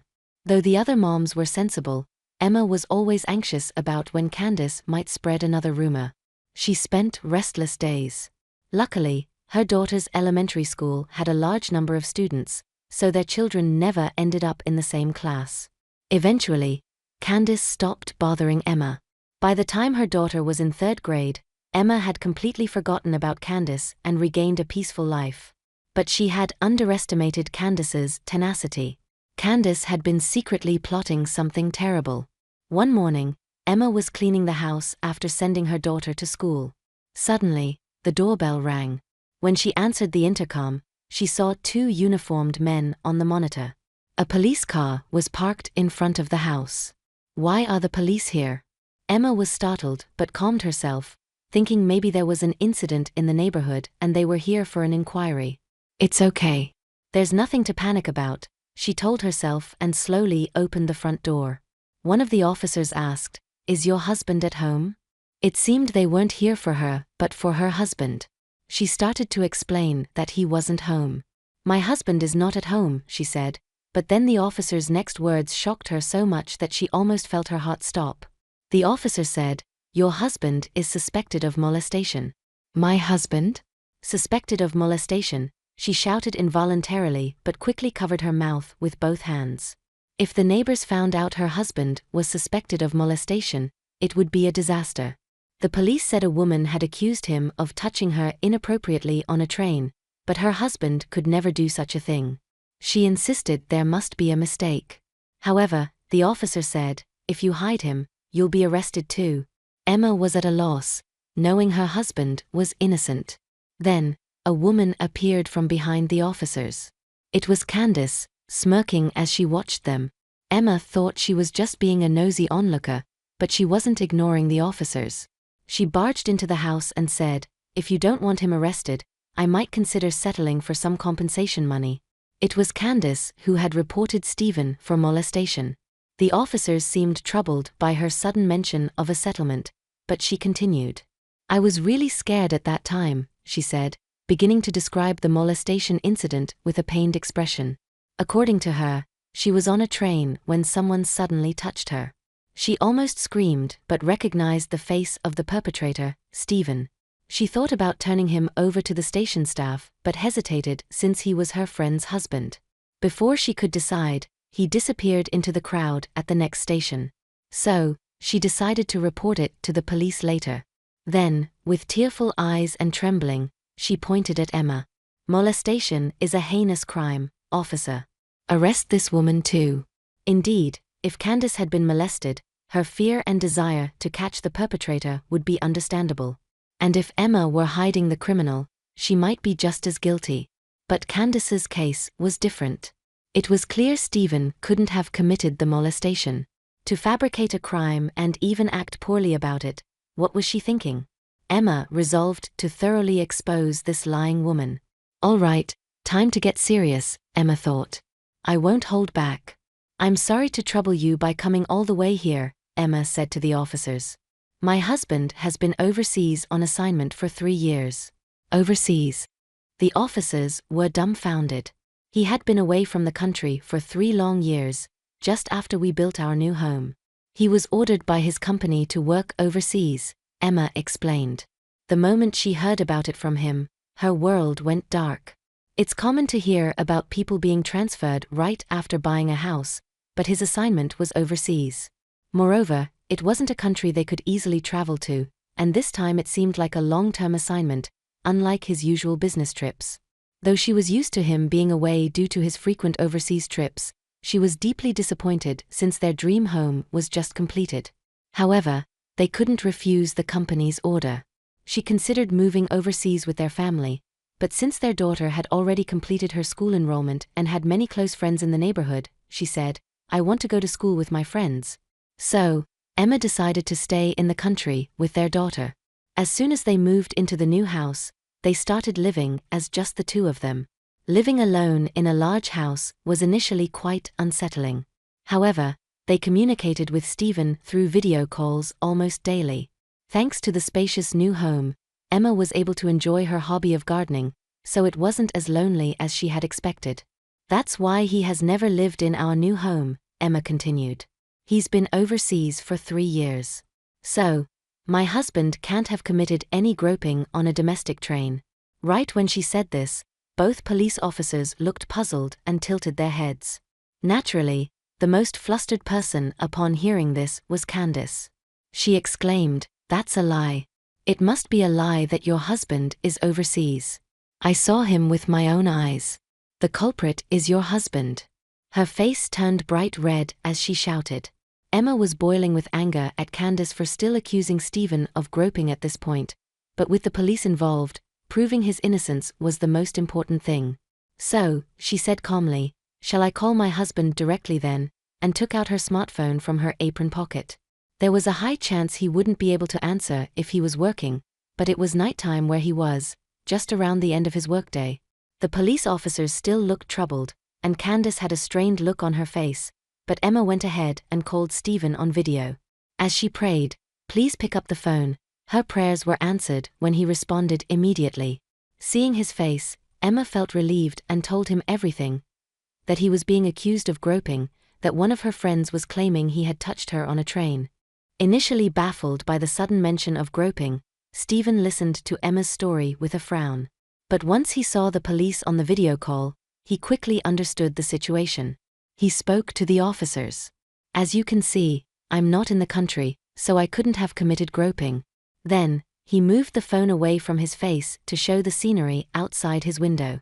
The screen displayed an exotic cityscape and a dark sky, clearly indicating a foreign country. It was not a domestic scene. "If necessary, I can show you my passport," he said. "I've been abroad for 3 years. He took out his passport from a nearby bag and showed the stamped pages. "If you still don't believe me, you can investigate further if you like." The police officer, looking apologetic, said, "No, that's quite all right. Thank you for your cooperation." When Emma ended the video call, the officer turned to Candace with a stern face. "So, what is the meaning of this?" Having witnessed the interaction, Candace was already pale with wide eyes. She stammered, but I didn't know her husband was overseas. I saw him." Her voice trembled. It was practically a confession. Emma stepped closer to Candace and demanded, "Then why did you think it was my husband? You said you saw him with your own eyes, right? Don't tell me it was a case of mistaken identity." Candace snapped back. "It's all your fault," she yelled, even as the officers looked on in astonishment. "You bought a house and acted all high and mighty. Who do you think you are? I thought we were apartment buddies, but you betrayed me. I wanted to make you suffer, so I framed your husband." She ranted furiously. Her selfish words left Emma and the officer speechless. Holding a grudge because Emma now owned a house, Candace had tried to frame Stephen for groping, hoping to get settlement money. This was beyond harassment. Fortunately, since Stephen was abroad, they avoided a false accusation. But if he had been in the country and on that train, it could have been disastrous. Emma had heard that proving innocence is very difficult once accused of groping. False accusations are unacceptable. However, Candace didn't understand the gravity of her actions. Despite her rage, she suddenly put on a casual face and said, "Well, let's say it was my mistake this time. I just wanted to teach a cheeky woman a lesson." Emma was infuriated by her blatant disregard for decency. "We'll see who gets punished," she said. "What did you say?" Candace screeched, grabbing at Emma again, but the police officers restrained her and took her away. Sometime later, Candace's husband came to apologize. He told Emma that Candace was arrested for a false accusation and given a suspended sentence. He had been concerned about her bad-mouthing Emma but never imagined she would falsely accuse Stephen. He was deeply shocked, tearing up as he apologized profusely.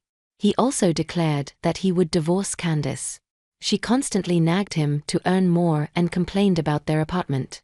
He had grown tired of her, and this incident was the last straw. Candace was now completely alone, with no job history and a criminal record. She would struggle in society, but that was her own doing. Emma was mostly worried about Candace's child, but she learned that the child was now with the grandparents and attending school happily, which was a relief. As for Emma, nearly having her husband framed by a jealous friend was a close call. Recently, Stephen told her he might return soon. Emma and their daughter were eagerly awaiting his return and planned to continue living happily in their beloved home. Let's conclude the story shortly. Stephen returned home a few months later, greeted by his overjoyed wife and daughter. The ordeal had brought them closer, and they cherished their time together even more. Candace, meanwhile, faded into obscurity, her life a cautionary tale of the destructive power of jealousy and deceit. Emma, though shaken by the experience, emerged stronger, her faith in her family and her strength solidified. Life continued, filled with the ordinary joys and challenges of family life, but with a renewed appreciation for the preciousness of each moment. As for the house, it remained a symbol of their love and resilience, a home where they could truly be themselves, free from the shadows of the past. Thanks for watching. How did you find the story? Let me know in the comments below. Remember to like this video and subscribe to our channel for more awesome stories like this. Your feedback and support mean a lot.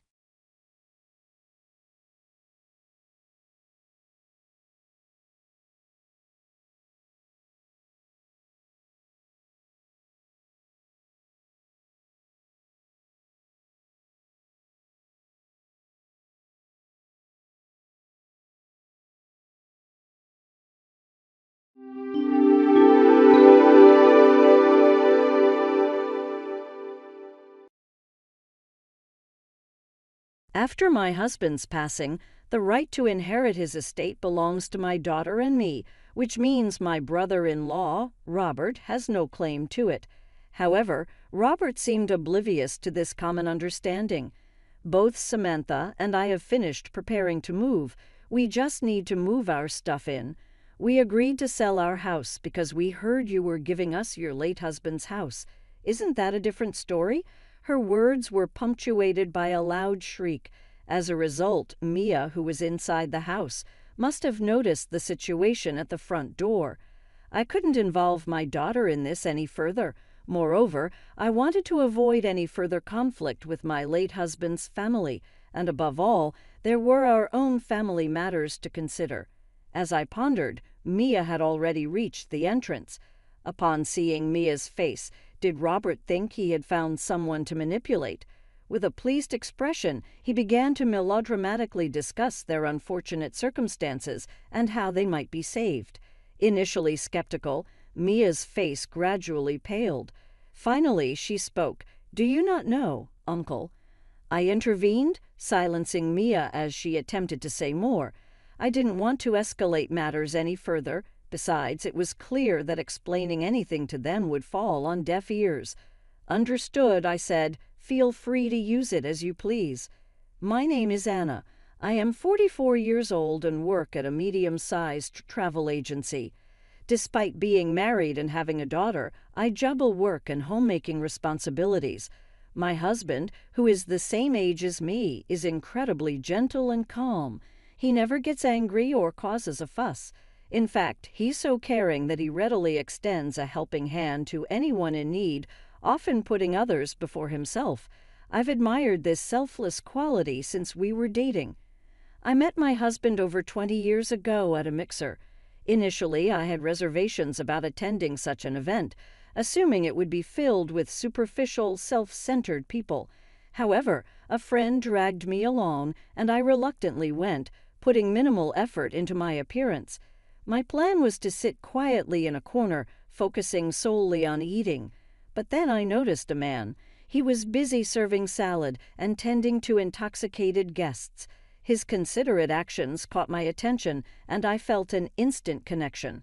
Despite not usually showing interest in the opposite sex, I mustered the courage to strike up a conversation. To my surprise, we hit it off. He willingly exchanged contact information, and we arranged to meet again. Even during that brief mixer, his kindness shone through. When we met afterward, he remained just as genuine as my initial impression. Thanks to the encouragement from those around us, we eventually got engaged and happily tied the knot. Unlike the typical cautionary tales, my husband didn't transform into a mean-spirited man after marriage. Instead, our life together has been remarkably peaceful. My husband and I soon welcomed our daughter, Mia, into the world. She was the most adorable child born from our deep love. My husband, too, was elated by our firstborn. His usual friendly smile grew even brighter, and he seemed almost ready to dance with joy. Since I returned to work relatively quickly, we shared household chores and parenting responsibilities. We respected each other's roles, and our parenting journey progressed smoothly. Marriage and raising a child are both challenging endeavors. However, my husband's kindness repeatedly saved me. Thanks to him, we have enjoyed peaceful days as a family of 3 since Mia's birth. Even our adorable daughter, Mia, has turned 20 this year. Perhaps I'm a doting parent, but I believe Mia has grown into a kind-hearted woman, much like her father. She treats her classmates in middle and high school equally, impresses her teachers, and even strikes up conversations with elderly people she encounters on the street. Her excessive kindness, reminiscent of her father, does worry me at times, however. So far, she has navigated life without any major issues and continues attending university. Although Mia still commutes from home to university, I know that in a few more years she'll be ready to stand on her own. I assumed our life would continue as usual, just the 2 of us after her coming-of-age ceremony went smoothly. But then, at the end of January, a significant event shook our family. I met my husband over 20 years ago at a mixer. Initially, I had reservations about attending such an event, assuming it would be filled with superficial, self-centered people. However, a friend dragged me along, and I reluctantly went, putting minimal effort into my appearance. My plan was to sit quietly in a corner, focusing solely on eating. But then I noticed a man. He was busy serving salad and tending to intoxicated guests. His considerate actions caught my attention, and I felt an instant connection. Despite not usually showing interest in the opposite sex, I mustered the courage to strike up a conversation. To my surprise, we hit it off. He willingly exchanged contact information, and we arranged to meet again. Even during that brief mixer, his kindness shone through. When we met afterward, he remained just as genuine as my initial impression. Thanks to the encouragement from those around us, we eventually got engaged and happily tied the knot. Unlike the typical cautionary tales, my husband didn't transform into a mean-spirited man after marriage. Instead, our life together has been remarkably peaceful. My husband and I soon welcomed our daughter, Mia, into the world. She was the most adorable child born from our deep love. My husband, too, was elated by our firstborn. His usual friendly smile grew even brighter, and he seemed almost ready to dance with joy. Since I returned to work relatively quickly, we shared household chores and parenting responsibilities. We respected each other's roles, and our parenting journey progressed smoothly. Marriage and raising a child are both challenging endeavors. However, my husband's kindness repeatedly saved me. Thanks to him, we have enjoyed peaceful days as a family of 3 since Mia's birth. Even our adorable daughter, Mia, has turned 20 this year. Perhaps I'm a doting parent, but I believe Mia has grown into a kind-hearted woman, much like her father. She treats her classmates in middle and high school equally, impresses her teachers, and even strikes up conversations with elderly people she encounters on the street. Her excessive kindness, reminiscent of her father, does worry me at times, however. So far, she has navigated life without any major issues and continues attending university. Although Mia still commutes from home to university, I know that in a few more years she'll be ready to stand on her own. I assumed our life would continue as usual, just the 2 of us after her coming-of-age ceremony went smoothly. But then, at the end of January, a significant event shook our family. "Hey, honey, what's wrong?" My husband collapsed suddenly at the front door just before leaving for work. I had sensed that he wasn't feeling well today, but I never expected it to be this serious. He had mentioned feeling slightly short of breath earlier, but otherwise he seemed like his usual self. I was in the midst of preparing breakfast as usual, getting ready for work. In my confusion, I quickly called an ambulance and accompanied him to the hospital. They diagnosed him with a heart attack. Why? How could this happen, honey? My words were a jumble, and I might have even screamed. Mia, who had been away overnight, rushed over, breathless, in the cold hospital corridor. Mia and I sat on a sofa, desperately praying for my husband's safety. The doctors did their best, but unfortunately, he peacefully passed away, leaving us behind. When the doctor emerged from the treatment room with a somber expression, I felt overwhelming despair.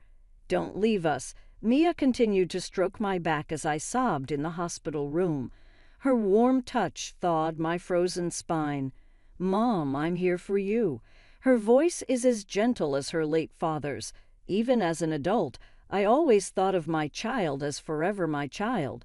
However, witnessing her comforting gestures, even when she must be grieving herself, made me realize how much my daughter has grown. Perhaps Mia's unwavering support played a role in helping me transition my feelings, even if just a little. Thanks to Mia, I managed to arrange the funeral smoothly. During the funeral, I received words of comfort and sympathy from my husband's relatives. Grateful for each one, I continued with the farewell ceremony. Although it was emotionally challenging, Mia and the support of those around me helped me get through it. Not only Mia and my husband's relatives, but my own parents also expressed concern during the difficult funeral. They suggested that I temporarily return to their home for care and comfort. While it might seem unconventional to say this in such circumstances, considering my emotional state, they believed it would bring peace of mind to both Mia and me. However, having been married and away from my parents' home for over 20 years, I needed a little more time to think, so I declined their proposal, and just like that, I found myself in the position of a widow. The term widow sometimes carries an image of financial instability. However, as a full-time employee, I had some financial security. Mia's excellent academic performance also meant her university tuition was partially waived, which was a relief. Yet, after the turmoil settled, a new concern arose when we dealt with the estate and other posthumous matters. It was a problem that clashed with our tasks, and for the first time I sighed at the memory of my late husband. What does the future hold for us? The shock was immense because I deeply loved my husband. Still, I knew Mia and those around us were firmly on my side. I resolved to face this issue head-on and consider our path forward with that determination. Approximately 2 months have passed since that day. Suddenly, without any warning, a car came to a halt in front of our house. It happened to be my day off from work, so I was surprised and stepped out onto the doorstep. The car was dirty and had visible scratches, and I recognized the license plate. It had been forcefully parked sideways near the garage in our yard. The impact had even chipped some bricks from the flower bed I was tending. Clearly, the driver had entered at quite a speed, maneuvering into the spot. "Robert, what on earth brings you here?" Robert, my late husband's younger brother, had arrived unexpectedly without any prior notice. His long, weathered blonde hair seemed even more faded than during the funeral. I hadn't noticed earlier as he had been dressed plainly, but now he was wearing a worn-out t-shirt as his everyday clothing. As he stepped out of the car, he blurted out, "I'm taking over this house. Pack your things and leave immediately." I couldn't fathom what he was saying. This house was jointly built with our savings after my husband and I got married. It wasn't Robert's family home. Moreover, Robert had never lived here, having been independent when I married. Except for family events, we rarely interacted with each other. Additionally, due to my husband's passing, the inheritance rights did extend to Robert, given my daughter and me. However, common sense seemed to elude Robert entirely. Mia is his daughter, so it's fine. I, as his biological brother, have a rightful claim over this house, even more so than you who are not blood related to him. Robert proceeded to explain his current situation. Apparently, he was burdened with excessive debt and had to sell his own home. He claimed that as the brother, he should rightfully inherit a portion of his late brother's estate. At that moment, I recalled something. Robert had a penchant for gambling, a fact that my gentle husband had expressed concern about. Robert seeking assistance from the family during the funeral. I was too distraught to pay attention, but now it all came back to me. There was an incident during a family gathering at our in-laws' house. It was the day after a family event at my in-laws, where only my husband had returned. Amidst the gathering of relatives, it seems Robert shamelessly asked for money from not only his parents, but also my husband, who is Robert's brother and relatives. My husband, who typically refrains from speaking ill of others, surprised me by making such a statement. I remember feeling somewhat apprehensive about what kind of person Robert, the brother-in-law who could prompt my husband to say this, truly was. Robert's character was starkly different from my husband's warm-hearted and generous nature. Perhaps it stemmed from their upbringing. My husband, the eldest son, had been raised strictly, while Robert, who was frail as a child, hadn't faced much discipline or scolding. Although my in-laws didn't intentionally create differences, perhaps due to these contrasting experiences, Robert has grown into an adult who struggles to discipline himself. The older ladies in the extended family have expressed similar sentiments. Now, this very Robert is advancing toward me with a menacing expression. Even if you suddenly say something like that, "This house," I was taken aback by the unexpected and unconventional proposal, which didn't align with common sense or legal norms. However, Robert continued, interrupting my words. "Both Samantha and I have finished preparing to move. We just need to move our stuff in." He forcefully pressed on with his argument as the tension escalated. Another person stepped out of the car. She walked in high heels, a middle-aged woman. Although we hadn't interacted much beyond family events, I instantly recognized her as Robert's wife, Samantha. According to our relatives, Samantha had a peculiar hobby. She frequently spent nearly $400 on lottery tickets, claiming it was to make up for her husband's losses. Needless to say, This extravagant behavior didn't sit well with their family.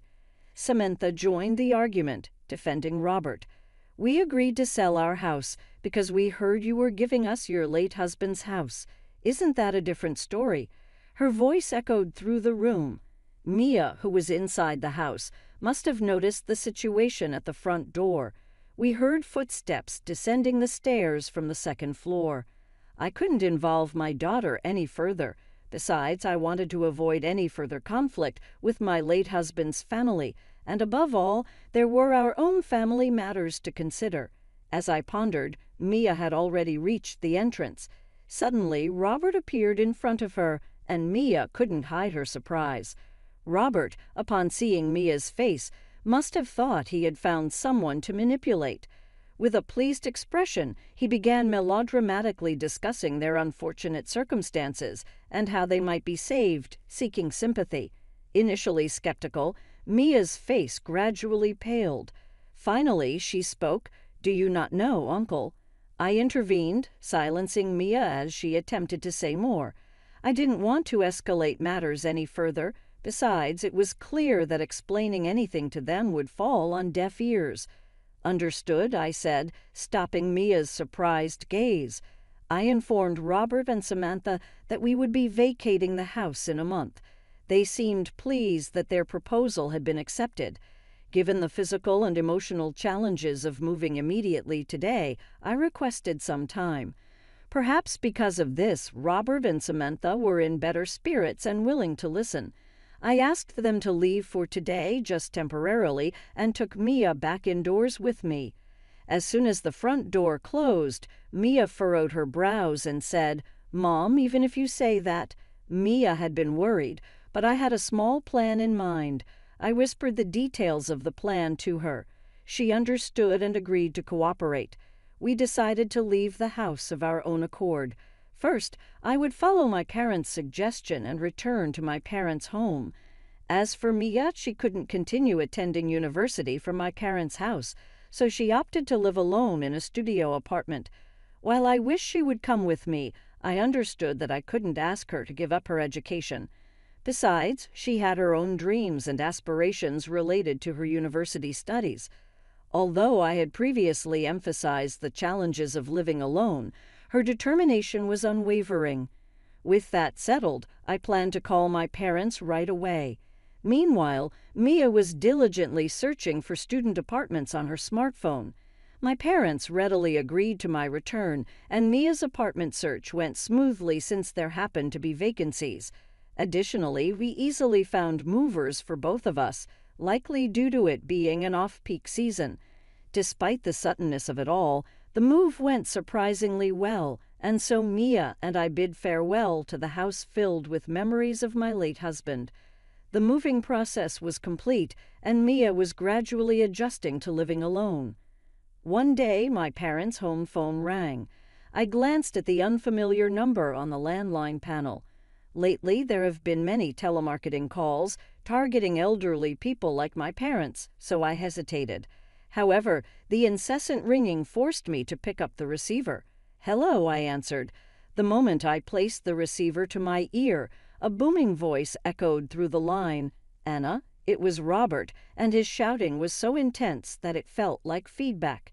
His angry voice was familiar, and I listened as he continued, "You know what they told me, that if I kept living in your house, they'd call the police." "What's going on?" Robert sounded frantic. He seemed utterly confused, so I tried to calm him down before asking for the details. According to Robert, after we moved out, he and Samantha had indeed moved into our former home as planned. Initially, everything went well. They settled in and lived there for a while. However, things took an unexpected turn when an unknown real estate company showed up. Worse yet, the company's employees had a master key to the house, so they entered without permission, and Robert couldn't force them out. The real estate company claimed that the house was already listed as a used property for sale, and if Robert continued to stay, it would be considered trespassing. This couldn't be right. Had they mistaken another house? Or was it a scam or robbery? Robert was convinced and argued back, but it seemed that the police were genuinely close to being called. I sighed heavily as I listened to the whole story. Indeed, that house has already been sold. As the real estate company stated, it should now be listed as a used property for sale. Robert seemed stunned by my words, and I could hear Samantha's voice in the background, exclaiming her confusion. Robert shouted again, "What are you talking about?" I wasn't lying. Without a doubt, I had sold that house. Moreover, the transfer of ownership had already been completed just before Robert and Samantha visited. The issue that came to light after my husband's death was related to his own death. During the estate proceedings, I discovered this for the first time. While I knew that estates could sometimes include negative aspects, I never imagined it would directly affect us. Apparently, my husband had acted as a guarantor for a friend's debt. That friend had disappeared as soon as the section was filled out, leaving my husband responsible for repayment. We even found documents demanding payment from my husband's creditor. The circumstances surrounding why my late husband decided to assist his acquaintance remain unknown. Perhaps he trusted the person too easily and willingly signed, or maybe he was coerced into it, given his kind-hearted nature. The former seems more likely, but the truth remains in darkness. What's certain is that his kindness and generosity worked against him. Furthermore, his silence about the matter likely stemmed from his desire not to worry our family. The amount demanded was substantial, certainly not something I could easily pay despite my job and my daughter's relatively low tuition fees. When I consulted my parents, they responded, "Why not sell the house and come back? We're always ready to welcome you." My parents had previously encouraged me to return home after my husband's passing, and now they were suggesting it again. With one family member gone, our house felt too large for us. I became open to the idea of selling it. I couldn't remain in shock forever. Now that my daughter had grown up and become an adult, perhaps it was time to start anew. I agreed with my parents' proposal. As for Mia, whether she would accompany me or live independently remained undecided until the last moment. However, when Robert and Samantha visited, the house had already been sold. In other words, at that point, the house was no longer mine. That was the truth of the matter. I never heard any of that. I was trying to discuss the matter of the house's ownership at that time. I replied, interrupting their conversation. Robert and Samantha, oblivious to my words, continued to insist that the house rightfully belonged to them. Anticipating this outcome, I had already considered moving back to my parents' home and confirmed my readiness for independent living. We left without further ado, leaving the house behind. This had been my small plan. Still, I couldn't help but think that if Robert and Samantha had taken the ownership transfer seriously and completed the necessary paperwork, they wouldn't be in this situation. Unfortunately, their carefree attitude, failing to even transfer the title, led to their abrupt eviction under the guise of legal proceedings. It seems they clung to the real estate company until the end, but eventually they were truly reported to the police. Although they didn't acquire a criminal record, they were forcibly evicted. Robert and Samantha had already sold their own house, leaving them with no place to go. They sought refuge with Robert's parents and relatives, burdened by their belongings. However, their extended family knew all too well about Robert and Samantha's debt-ridden situation. They refused to accept a compulsive gambler into their homes, including their parents. Even though Robert and Samantha had apparently considered seeking help from me and Mia, they had no way of finding me, given their lack of knowledge about my parents' home. Additionally, they were unaware of Mia's university or her current residence. We were confident that we wouldn't be hounded by Robert and Samantha. They were no longer our concern. Robert and Samantha, left with no other options, seemed to spiral into despair. They poured their remaining funds into gambling and lottery tickets, only to suffer significant losses. Despite this, they were averse to the idea of living as homeless or relying on government assistance for a meager existence.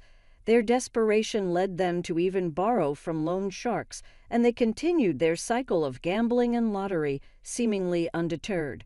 However, this time, their involvement with loan sharks left them with no room for evasion. During a meeting where my late husband's parents apologized for their initial misunderstanding, I learned that Robert and Samantha had fallen into this dire situation. Even his parents had no further information. They can't even trace their whereabouts, and lately there's been no communication or even requests for money. When I think about it, their situation becomes somewhat apparent. The fact that my late husband's brother has fallen into such circumstances is heartbreaking. His parents' feelings must be even more intense. They regretted having indulged their younger son too much during his frail childhood. Moreover, the consequences of their elder son's generosity had now affected their grandchild. Despite it all, they sincerely apologized to me and Mia. They assured us that they would not assist Robert in the future. Initially, I felt uneasy about the role they played in this situation, but their genuine eyes convinced me that we could continue our relationship amicably. They prioritized Mia and me, handling the situation with care. Although my husband was no longer with us, Mia and I promised to visit my in-laws regularly. Mia, who loved both my parents and my late husband's parents, was thrilled about this arrangement. As for me, returning to my parents' home meant leaving my previous job. Unlike my daughter's university, which was still commutable, I was at an age where long commutes were no longer feasible. I decided to prioritize my well-being and avoid unnecessary stress. Despite my husband's passing and selling our house, my colleagues and superiors expressed concern about my work situation. However, I found a job in a similar field that allowed remote work. Currently, I rent a room in my parents' home and diligently work from there. Adjusting to working from home has its challenges, but I'm gradually getting used to this new lifestyle. Mia and I keep in touch regularly. Although she's feeling quite anxious about her new life, I believe my daughter will be fine. She's putting effort into managing household chores, studying, and working part-time, all while receiving guidance from friends who live alone. Learning from this experience, she has become more cautious about excessive kindness, recognizing that it can sometimes harm oneself. First, take care of yourself, Mom. You need to prioritize your own well-being. During her recent visit to my place, Mia shared these encouraging words. I felt both touched by my daughter's growth and reassured. Mia, with a bashful smile, added, "Right now, my goal is to find someone wonderful like you and Dad to share my life with." "Oh, you thought of me that way." Her words filled me with indescribable joy. We exchanged smiles, mother and daughter. Although I know I'll face more challenges ahead, I'm determined to live strongly with the help of Mia, my parents, and the people around me. I want to create a beautiful life, one that my late husband would be proud of. How did you find this story? If you enjoyed it, consider subscribing to our channel. Until next time.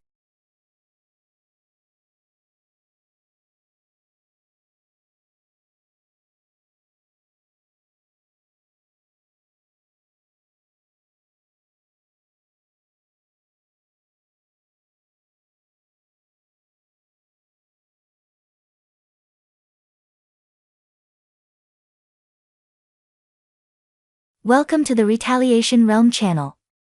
We hope you enjoy today's story. I was shocked to hear these words. It reminded me of when I had to leave my own parents' home. Now, I felt angry at the idea of being kicked out of this house too. "Fine, I'll leave," I said, gathering my things to go. This was too much. I was determined never to forgive my eldest son's wife. It was time to put my plan into action. So, my name is Beatrice Bennett, and I'm 61 years old this year. I'm technically retired, but I'm still lucky enough to have some work. I don't go to the office every day anymore. Sometimes I drop by and attend meetings, but mostly I work from home. My oldest son seems to think I'm not working anymore, which isn't true. I became a widow when I was in my 40s. Right now, I live with my oldest son and his wife. Our family home has been in our family for a long time. It's a bit old and needs some fixing up, but I've always loved it. That's why leaving was hard. I've never had to worry much about money. My late husband's insurance money is still mostly untouched. I've been able to live comfortably without worrying about my future. Even though it might seem like I have an easy life, there are some things that bother me. It's mostly my oldest son's wife, Jessica. She's strong-willed, and we often clash. This tension didn't just start recently, it goes back to when she first told us they were getting married. I still remember the outfit she wore when she first came to meet us. She showed up in a tracksuit that looked like something she wore back in high school. She said she wanted to be real with us, but I couldn't help but find it a bit odd. It's not exactly lying, but it felt like she was trying too hard to prove something. She's also very argumentative and smart, which can be challenging. I couldn't understand why my oldest son chose her as his partner later. I found out that Jessica was the one who pursued him. She's bold, I'll give her that, and she's attractive too. I think my son, who's a bit naive and sheltered, fell for her charm. Even after they decided to marry, things didn't change much, to put it nicely. She's straightforward, to be blunt, and sometimes lacks common sense in how she acts.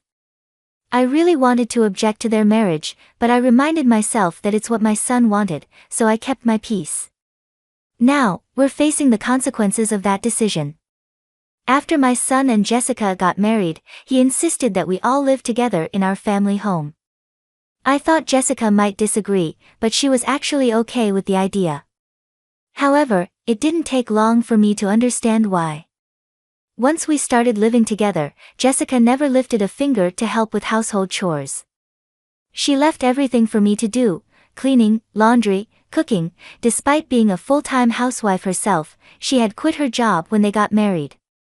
Even though I work remotely and don't have to go to the office every day, I still have less free time than Jessica. While I'm working on my computer, Jessica would make comments belittling my work, saying I'm just goofing off. At first, I brushed it off to avoid arguments, but it bothered me more and more as it kept happening. Jessica, since you have some free time, could you help out with the cleaning? I asked, noticing her lounging and watching TV. She looked at me with disgust, sighed dramatically, and replied, I don't do housework. It's for your own good, mother. Can't you see that? It's a shame you don't appreciate my consideration. She had this strange. Her theory was that by doing the housework, it would be bad for my health. According to her, seniors need to stay active, and doing chores would make me sedentary and possibly lead to dementia. So, she was actually doing me a favor by letting me handle everything. Her reasoning was so bizarre it gave me a headache. Then she said something even more shocking, I agreed to live together to keep you from slacking off, mother, she said with a half smile, leaving me speechless. I regretted agreeing to live together more and more every day. Doing all the housework while being watched by Jessica was nothing but torture. Fed up with the situation, I decided to talk to my eldest son. But it wasn't to complain about Jessica. I decided to move to an apartment where I could live alone. The current house is old and has many stairs, which became difficult for me after I hurt my back last year. I talked to my son about the challenges of living here, and then I moved to an apartment. Even though it felt like Jessica pushed me out, I don't regret leaving. The new apartment is a rental. It might be a bit big for just me, but I got a room big enough for my grandchildren to stay in the future. I had the inside designed just the way I like it, and it felt like my own little castle. But my happiness didn't last long because Jessica started coming over every day and staying until late. The new apartment is really nice, huh? Maybe too big for you, Mom, Jessica said, lounging on the couch. Why don't you come back to your old home and do the chores? It's for your health and longevity. It's unbelievable that Jessica is telling me to go back to the old house and do the chores during the day. She's so self-centered, it's overwhelming. I've already moved out, you need to take responsibility as the wife. I handle all the chores here, and my health checkups are always fine, Jessica. You don't need to worry about me. But Jessica just turned away, ignoring my words. Ignoring anything inconvenient was her usual tactic. Yet, she kept coming to my apartment every day. Just recently, she said it was too much trouble to go back home and ended up spending the night. My parents' house and this apartment are only about a 15-minute walk apart. It was my eldest son who suggested I live closer to my parents' house because he was concerned. His concern made me a little sad to leave the old house. One day, after I had been out for work-related errands, I came back in the evening to a surprise. To my shock, Jessica had let herself into my apartment. It seems she used the spare key I had given to my son without my knowledge. "Ah, welcome back," she said, lying on the floor in front of the TV without even bothering to get up. "Jessica, that spare key is for emergencies only, not for you to come in whenever I'm not home," I said firmly. I felt uneasy knowing she had been in my apartment while I was away. It was the first time I firmly told her so. She seemed surprised, as I usually let things slide quickly. She gave me an annoyed look, but I stood my ground. "You really are a difficult mother-in-law. I can't stand that about you," Jessica started yelling at me. "I can't stand anything about you, not even this apartment. We're a family, so you should leave." With that, she tried to push me out the door. It seemed Jessica couldn't bear the idea of me living in the apartment. She was upset that they were still in the old house while I was here, calling it unfair. "James is paying the rent for this place, right? It wouldn't be strange for us, his family, to live here. That's what it means to live beyond your means." Jessica seemed to think my son was covering the rent for the apartment. This explained why she kept showing up here. In her mind, the apartment should have been for her family to live in. "Fine, I'll leave," I said firmly, staring her down. I agreed to move out within 3 days, which seemed to surprise her. Right in front of her, I called the moving company and arranged for them to come in 2 days. As Jessica left feeling satisfied, I watched her go, already planning my next move. True to my word, I moved out. My new place was an apartment specifically designed for seniors. I decided to test it out for 2 weeks. I handed over the keys and lease documents to Jessica, asking for a change in the contract through the real estate agent to the landlord. Luckily, I've known the landlord for a long time, so they were flexible and accommodating, which was a relief. My eldest son was furious with Jessica for kicking me out. He's even considering divorce. But Jessica doesn't seem to care. In fact, she started living alone in my apartment, saying, "Well then, let's live separately." I'm amazed at how bold she is, but in 5 days, Jessica will find out the truth. While I was working from home, my phone started ringing incessantly. It was Jessica calling. I had been expecting this, so I had a recorder ready to record the conversation. I pressed the record button and answered the call. "Excuse me, Mother, what's the deal with the rent for this apartment? Why do I have to pay it?" Jessica started ranting as soon as I picked up the phone. She sounded flustered. "Well, Jessica, you're the current leaseholder, so it's only fair that you pay. Is there a problem?" I purposely kept my tone calm and relaxed to annoy Jessica.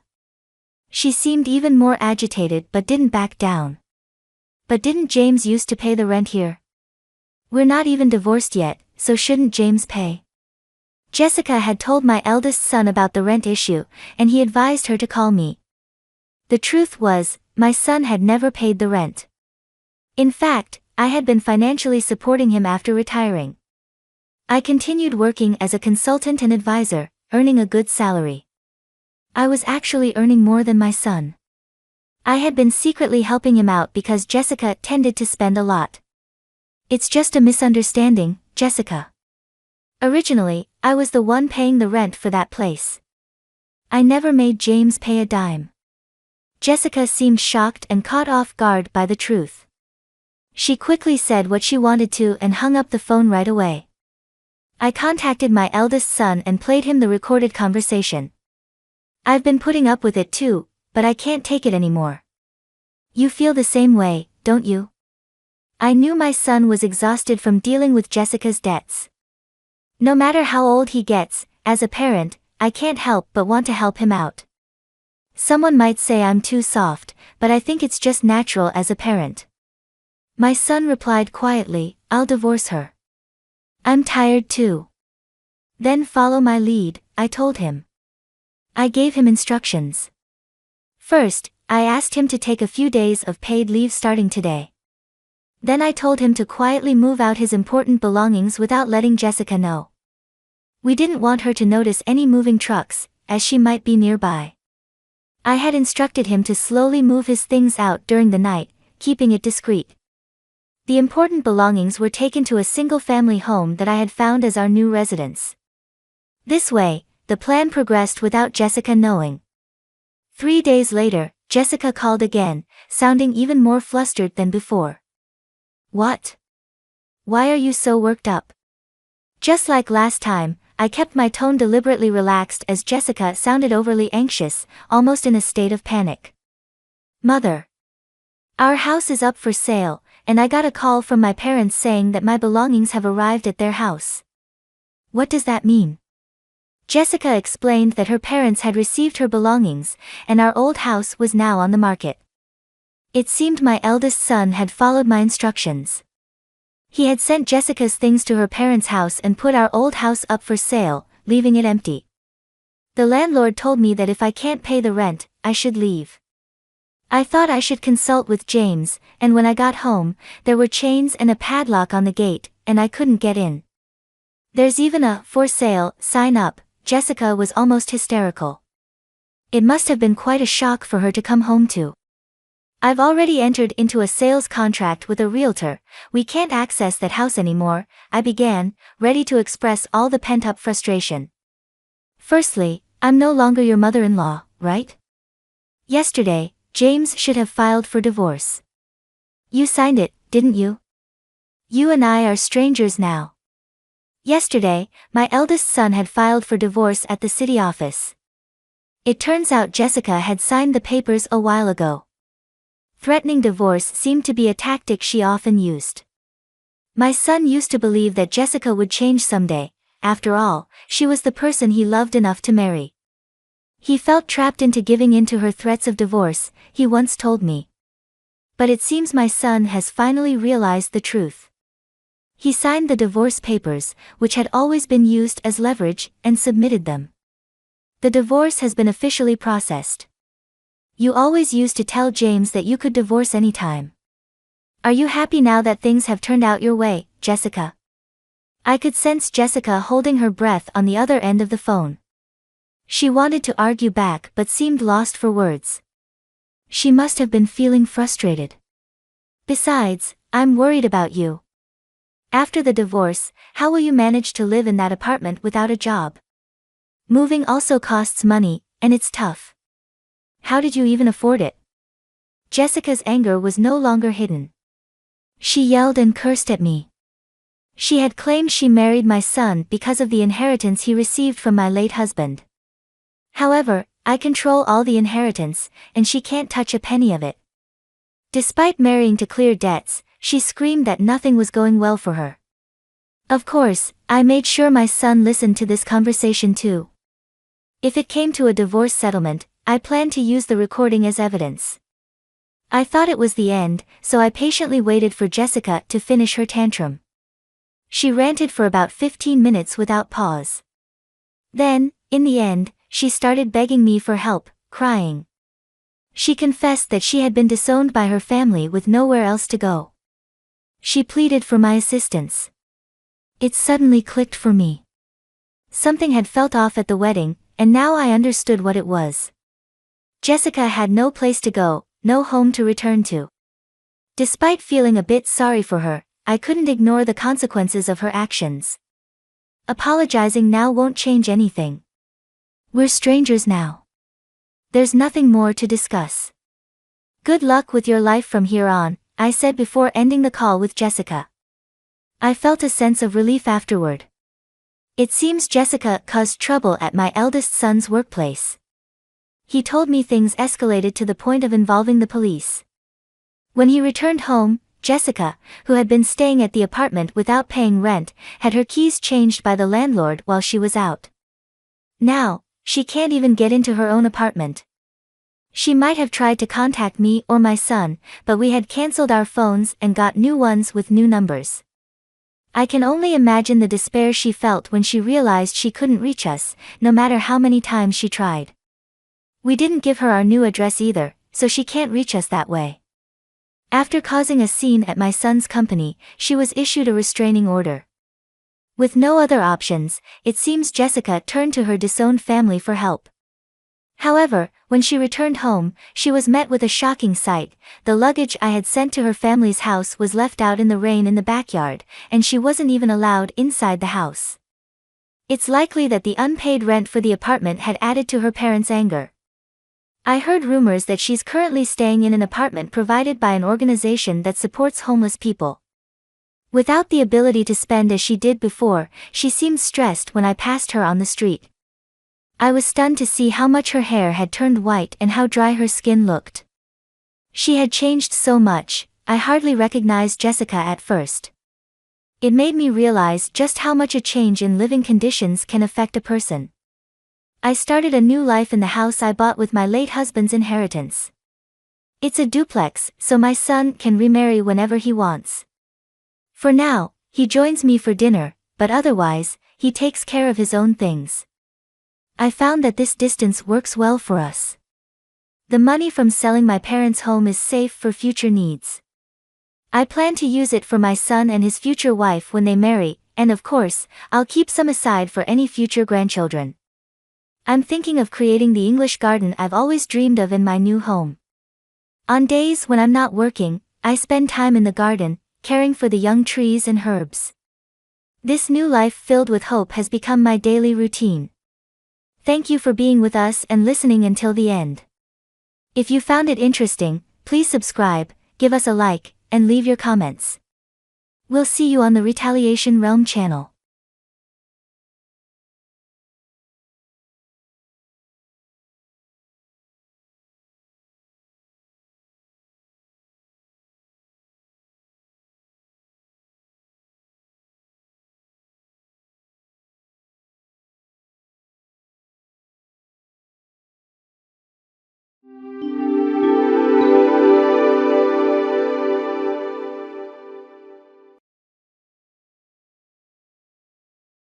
Welcome to the Retaliation Realm channel. We hope you enjoy today's story. Hello, everyone. My name is Yasmin, and I want to share a story about my extremely entitled and crazy mother-in-law, Jessica. My husband, Key, came up with the idea of sharing this story here because he likes to read them sometimes.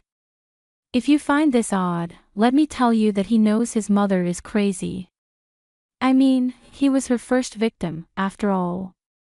Let me start from the beginning. Key grew up with his mom, Jessica, who was married to his dad. His dad divorced her after Key was born. He got a taste of her craziness and ran as far as he could. Unfortunately, Jessica didn't have good taste in men and ended up choosing a man who abandoned his child. So, Key's father paid child support but later terminated his rights. I've never met the man and don't wish to, anyway. Jessica single-handedly raised Key, or that's what she tells everyone. The truth is, she used Key to get money from her family and lived off them for the longest time possible. When they got fed up, she got a job but still took a lot of money from time to time. As soon as Key was a teenager, Jessica made him work so that she could take his money. Yes, until Key was 18, Jessica was actually taking all the money that Key made from his jobs. Key knew that he needed to get out, so he took out student loans and used a scholarship to get into a good college. That's where we met. From the very beginning, Key had told me all the horror stories about his mother. Trust me, I was furious on his behalf. This perfectly healthy woman made a teenager work to get basic necessities. It was horrible. I often said, I don't understand how you are still in contact with her. I would have stopped a long time ago, I told Key. I can't do that, Yasmin. I was raised by a narcissist. She conditioned me to believe that taking care of her is my responsibility. I have a hard time getting over those teachings. How you live is not healthy, Key. I know you still send her money from your part-time jobs. You need to get help and cope with your mental health better. I am planning to see someone, I said. It's just that mom keeps asking for money and guilts me a lot. She chooses all the wrong men who just leech off her, and that makes her leech off me. That's why I'm unable to save money, plus I'm trying to pay back student loans as soon as possible. I was so upset about Key's condition that I used my own savings to get him started with therapy. He protested, but a lot of love and coaxing made him understand that I just wanted him to be happy. He joined therapy and started to feel much more confident about himself. He was slowly starting to stand up to his mom. That is exactly why his mom never liked me from the first meeting. She said, "You are that gold-digging witch who poisoned my son against me. How dare you, woman? You think I won't know that it was you?" "I don't know what you're talking about, Jessica." Kay was suffering, so I simply helped him get a therapist, and I used my own money for that. How did I become the gold digger when you are the one who keeps asking him for money? How dare you call me a gold digger? I'm his mother, and you eat his money. I raised him for 20 years, and he needs to pay me back for that. You are no one to tell me what I do with my son. Key, look at what kind of woman your girlfriend is. Key, you need to control her. I'm not going to do that, Mom, Yasmin interjected. Jessica didn't say anything wrong. Besides, it was you who started it. If you hadn't provoked her, she wouldn't have called you names. Yes, guys, therapy can sometimes work wonders on a man, Key added, having grown a shiny spine. It made me super happy.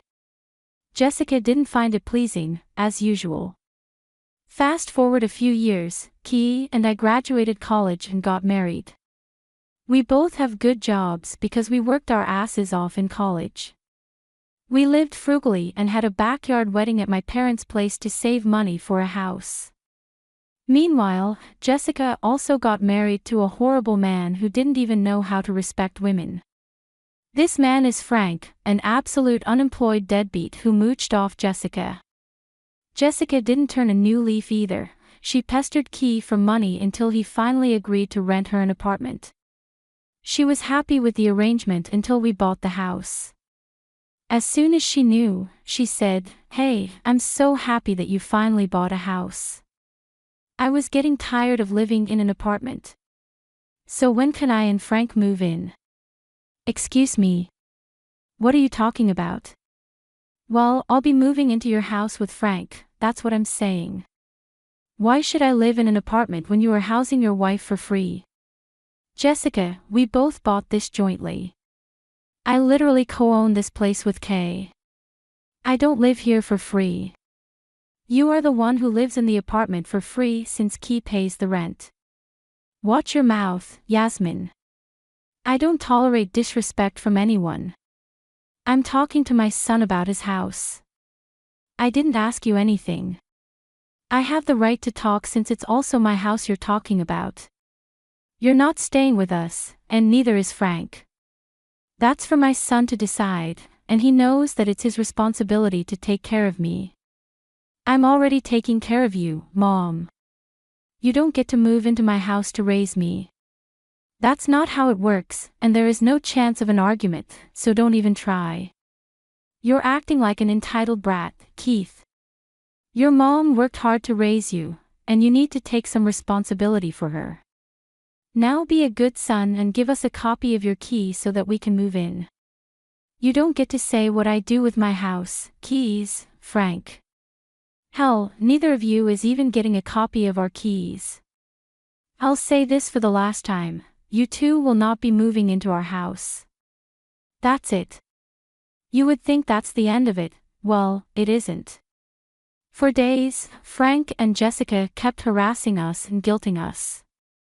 Jessica even said some horrible things to me because she thought I was manipulating Keith and making him abandon her. It was funny at first, but soon we got fed up. One day, Kay went to their apartment to drive it into their heads that they wouldn't be moving in. We thought that our point got across since we stopped hearing from them. Problem solved, well, not quite. A month after we moved into our house, we had a small vacation coming up. After saving for years, we finally decided to go on a break to celebrate our house purchase. It was supposed to be a relaxing vacation for the two of us by the beach. We both took time off and decided to take things easy for that week. We flew there and had a blast from the first day itself. But as evening came, something shocking happened. I got a notification from the Ring camera on my house's door. Yes, we did set up surveillance cameras before we went on vacation since we didn't ask anyone to house sit. We thought that it would be important. Now, I had no idea who would show up at the door. The neighborhood is pretty safe, and we have lived there before. Hardly anything ever happened there.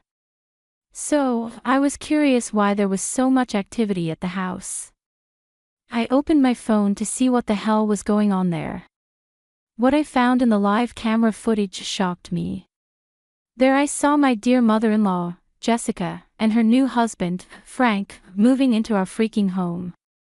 Yes, they somehow got into our house and brought 12 bags of clothes, literally 12 freaking bags. They were moving into the guest room and setting up everything there. Jessica even went into the kitchen to make herself some food. I was shocked and angry at what I was witnessing. I knew that I needed to tell Keith immediately. So, I called him over and said, "I have some news, Keith. I think we need to talk about it right now." "What's so important, Yasmin?" "We're on vacation. I'm kind of not in the mood for any serious stuff today." "Trust me, Keith. I'm not in the mood to deal with horrible people either, but this situation is dire and needs our immediate attention. I'm afraid it's about your mother. Mom's making trouble again." "Oh God, what is it this time? Did she manage to break into our house or something?" From the look I gave Keith, it became apparent to him that he wasn't off the mark. His eyes immediately widened as he tried to make sense of the situation. I pulled out my phone and showed him what Jessica and Frank were doing. He was shocked and looked very angry at what he was seeing. I mean, his joke turned out to be the truth. His mom broke into our new house and was moving in furniture with her husband. Keith looked a little pissed off and said, "You can leave it to my mother to surprise me in the worst way possible." Looks like she didn't take the hint at all. We made it clear that day that she won't be living with us. I'm even surprised as to how she got the keys to our house. It just blows my mind. Her new husband is a sleazy guy, Yasmin. We both know that. I'm afraid he may have gotten his hands on our keys and made a copy. I wouldn't put it past him. We will need to go back and change the locks. That's the only way we can make sure that they don't barge into our house anytime they like. But what do we do about this current problem? Do you have something in mind? Look, I know they are your parents and all, but I really want to call the cops on them. What they are doing is illegal and downright scary. They can't be trusted anymore. Calling the cops and going no contact with them is the best solution possible. I gave Keith some time to turn the idea in his head. I could see that he was thinking hard and had grim lines on his forehead. But it didn't take too long for him to come back with a response, and his response was way better than I imagined. "You know what, Yasmin? Let's do it. Are you sure about that? There will be no going back once we do this, and the cops will drag your mom and Frank to the streets with all their things. I know that, Yasmin. I've given them enough chances to improve themselves. They've just betrayed my trust every time. There have to be some consequences. What they did today is not only a breach of our privacy but also illegal. I think it's time they realize they can't do whatever they want. Would you go no contact with them as well?" "Of course. My reluctance to do that has already created a lot of problems. I should have done this a long time ago. I'm freaking stupid and thought Mom would grow some sense after I got married. Since that's not happening, I'm going to distance myself from them. It's the only way, and I am actually feeling good about it. Okay then, if you're on board with it, let's proceed with that plan. But first, let's call your mom and give her a warning, just a final chance to make this right. I don't have any hope, but we can get evidence that we didn't allow her in our house. Keith agreed with the plan and called his mother. She didn't pick up the first time through the security cameras. I could see that she was visibly annoyed and went to Frank. They discussed something before answering the call. When we rang the second time, she put the phone on loudspeaker so that Frank could join in as well. Hey, Keith. How are you doing? Is the vacation going fine? You need to tell me what's going on over there. I don't know what you're talking about. Everything is just breezy here. Nothing to worry about, really. Jessica, you and Frank breaking into our house is nothing to worry about. Jessica went quiet when I said that. On the security tapes, we could see that she tensed and looked at Frank again. Frank was better at fooling and manipulating people, so this was expected. Jessica wanted her new husband to come up with some plan. What are you even talking about, Yasmin? Keith, your wife has gone crazy. You need to shut her up. Don't talk to my wife like that. We know what you two are up to, with cameras in the house both inside and out. There's no point in lying to us, we can see you on our phones right now. Wait, what? How dare you spy on us, Keith? This is unacceptable. What about our privacy?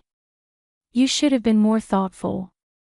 It was ironic how Jessica was offended by the fact that we could see their activities on our screen. She talked about respecting people's privacy when she broke into someone's house and made it her own. I didn't know if Jessica was trying to deflect or if she was genuinely offended. I had a good guess that it's a little bit of both.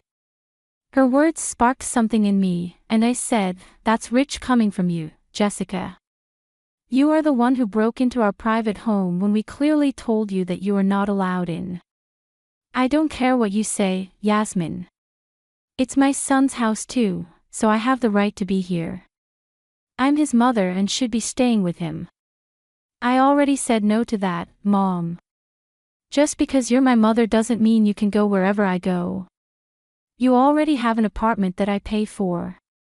Who wants to live in that tiny apartment when you have bought such a big house? You're turning into such a selfish man after getting married, Keith. This is unacceptable. You can't expect your own mother to live in an apartment while you enjoy a whole house with your wife. That decision is not up to you. Mom, you shouldn't have just packed up your stuff and moved into the house. How did you even get the keys? Both Keith and I were troubled by this question and needed answers immediately. Also, we needed them to confess to their wrongs so that we could use that to report them to the police. Our hunch was right. Frank said, "Well, since you decided to be a brat and ignore your mother, I went and made a copy of your keys."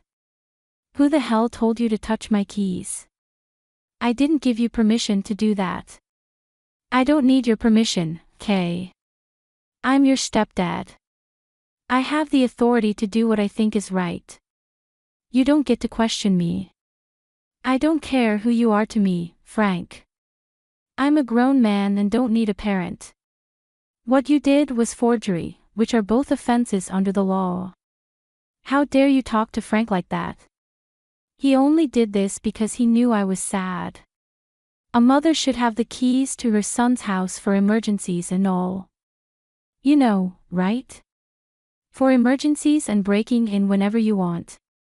You're insane, Jessica. You need to get off our property with all your stuff within an hour. If you don't leave, we will call the cops. That made Jessica and Frank look frightened. They visibly panicked and whispered something amongst themselves. Their panic was clear on their faces, and we could see that through the cameras. In the end, they said, "Don't threaten us, woman. This is not your house, this is my son's house. Only he gets to make those decisions. This house belongs to both Yasmin and me, and we both want you to get out before I'm forced to call the cops. Remember that I have you on surveillance, and I will know what you are doing. Frank and Jessica started to yell at us when we hung up. We didn't want to go into an argument with them anymore. Their entitled brains were not meant to participate in conversations or healthy discussions. They didn't care about anything but themselves. We gave them 1 hour while we put all the proof into a folder. Through the cameras, we could see that they were having a discussion but didn't budge. Instead, Jessica started to unpack her bags. That made us both angry as hell. As the hour passed, we called the police with all the evidence we had. Thankfully, they took us seriously and went to our house. We saw the whole fiasco unfold in front of our house. The cops went there and knocked at the door. Jessica and Frank opened the door and immediately faked being confused. After the officers told them everything, they called us and sang a different tune. Kay, why was there a need to call the cops? We just want to live with our son. Why are you making things so difficult? Tell the cops that this was all a misunderstanding. I don't want you living with me, Mom. I've said that 100 times now. Stop being so freaking entitled. Leave before the cops arrest you and we are forced to press charges. Keith, don't do this, please. Look, we have nowhere to go. You need to let us stay here. Just tell the cops to leave. We will have a calm discussion about this once you come back. Not, Mom. You need to back up and go to your apartment. I want my house empty today and right now.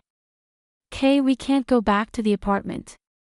I canceled the lease and sold my furniture. We have nowhere to go. I thought that you wouldn't mind living with us, so I canceled the lease myself. The audacity of this woman shocked me to the core. She canceled her lease because she thought she could force us to house her. She was freaking insane. Keith was boiling with rage and ready to scream at her. You went behind my back and canceled your lease. What the freaking hell, Mom? You know what? That's not my problem. I don't care where you go. You need to vacate my house.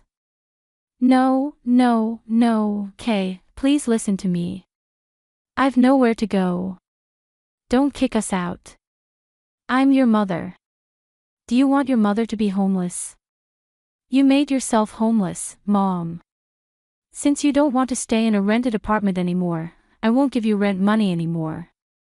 I'm freaking done. You can take your new man and figure out something for yourself.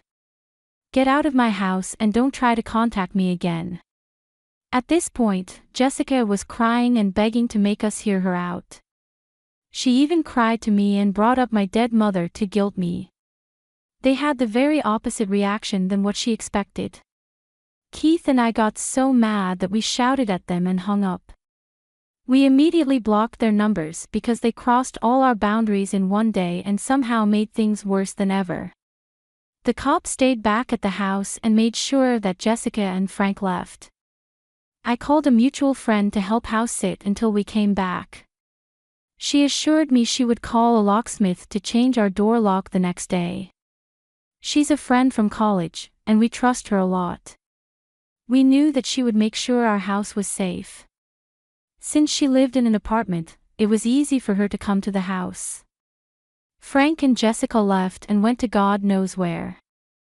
I guess they spent the night at a hotel and bought new phone numbers to harass us, but it didn't work. No relative took their side either because they knew Jessica well enough and didn't want to be involved in her drama. They told her in no uncertain terms that they wouldn't house or help her out in any way.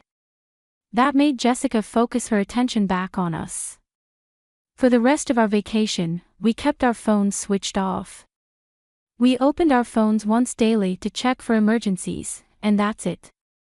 We also only called our friend to make sure everything was all right.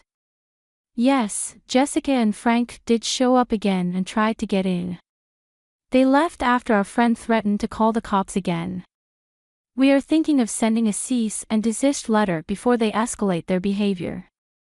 Thankfully, they didn't want to know why. When we got back from vacation, we found out that Frank had decided to leave Jessica. Why, you may ask? Because she couldn't house and feed him for free anymore. Jessica was devastated and begged her son to talk to her.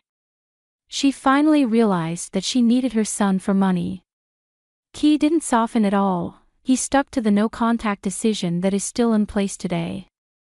Last week, we heard from family that Jessica rented a trailer and still works at the retail store with no hope of retirement in sight. Thank you for being with us and listening until the end. If you found it interesting, please subscribe, give us a like, and leave your comments. We'll see you on the Retaliation Realm channel.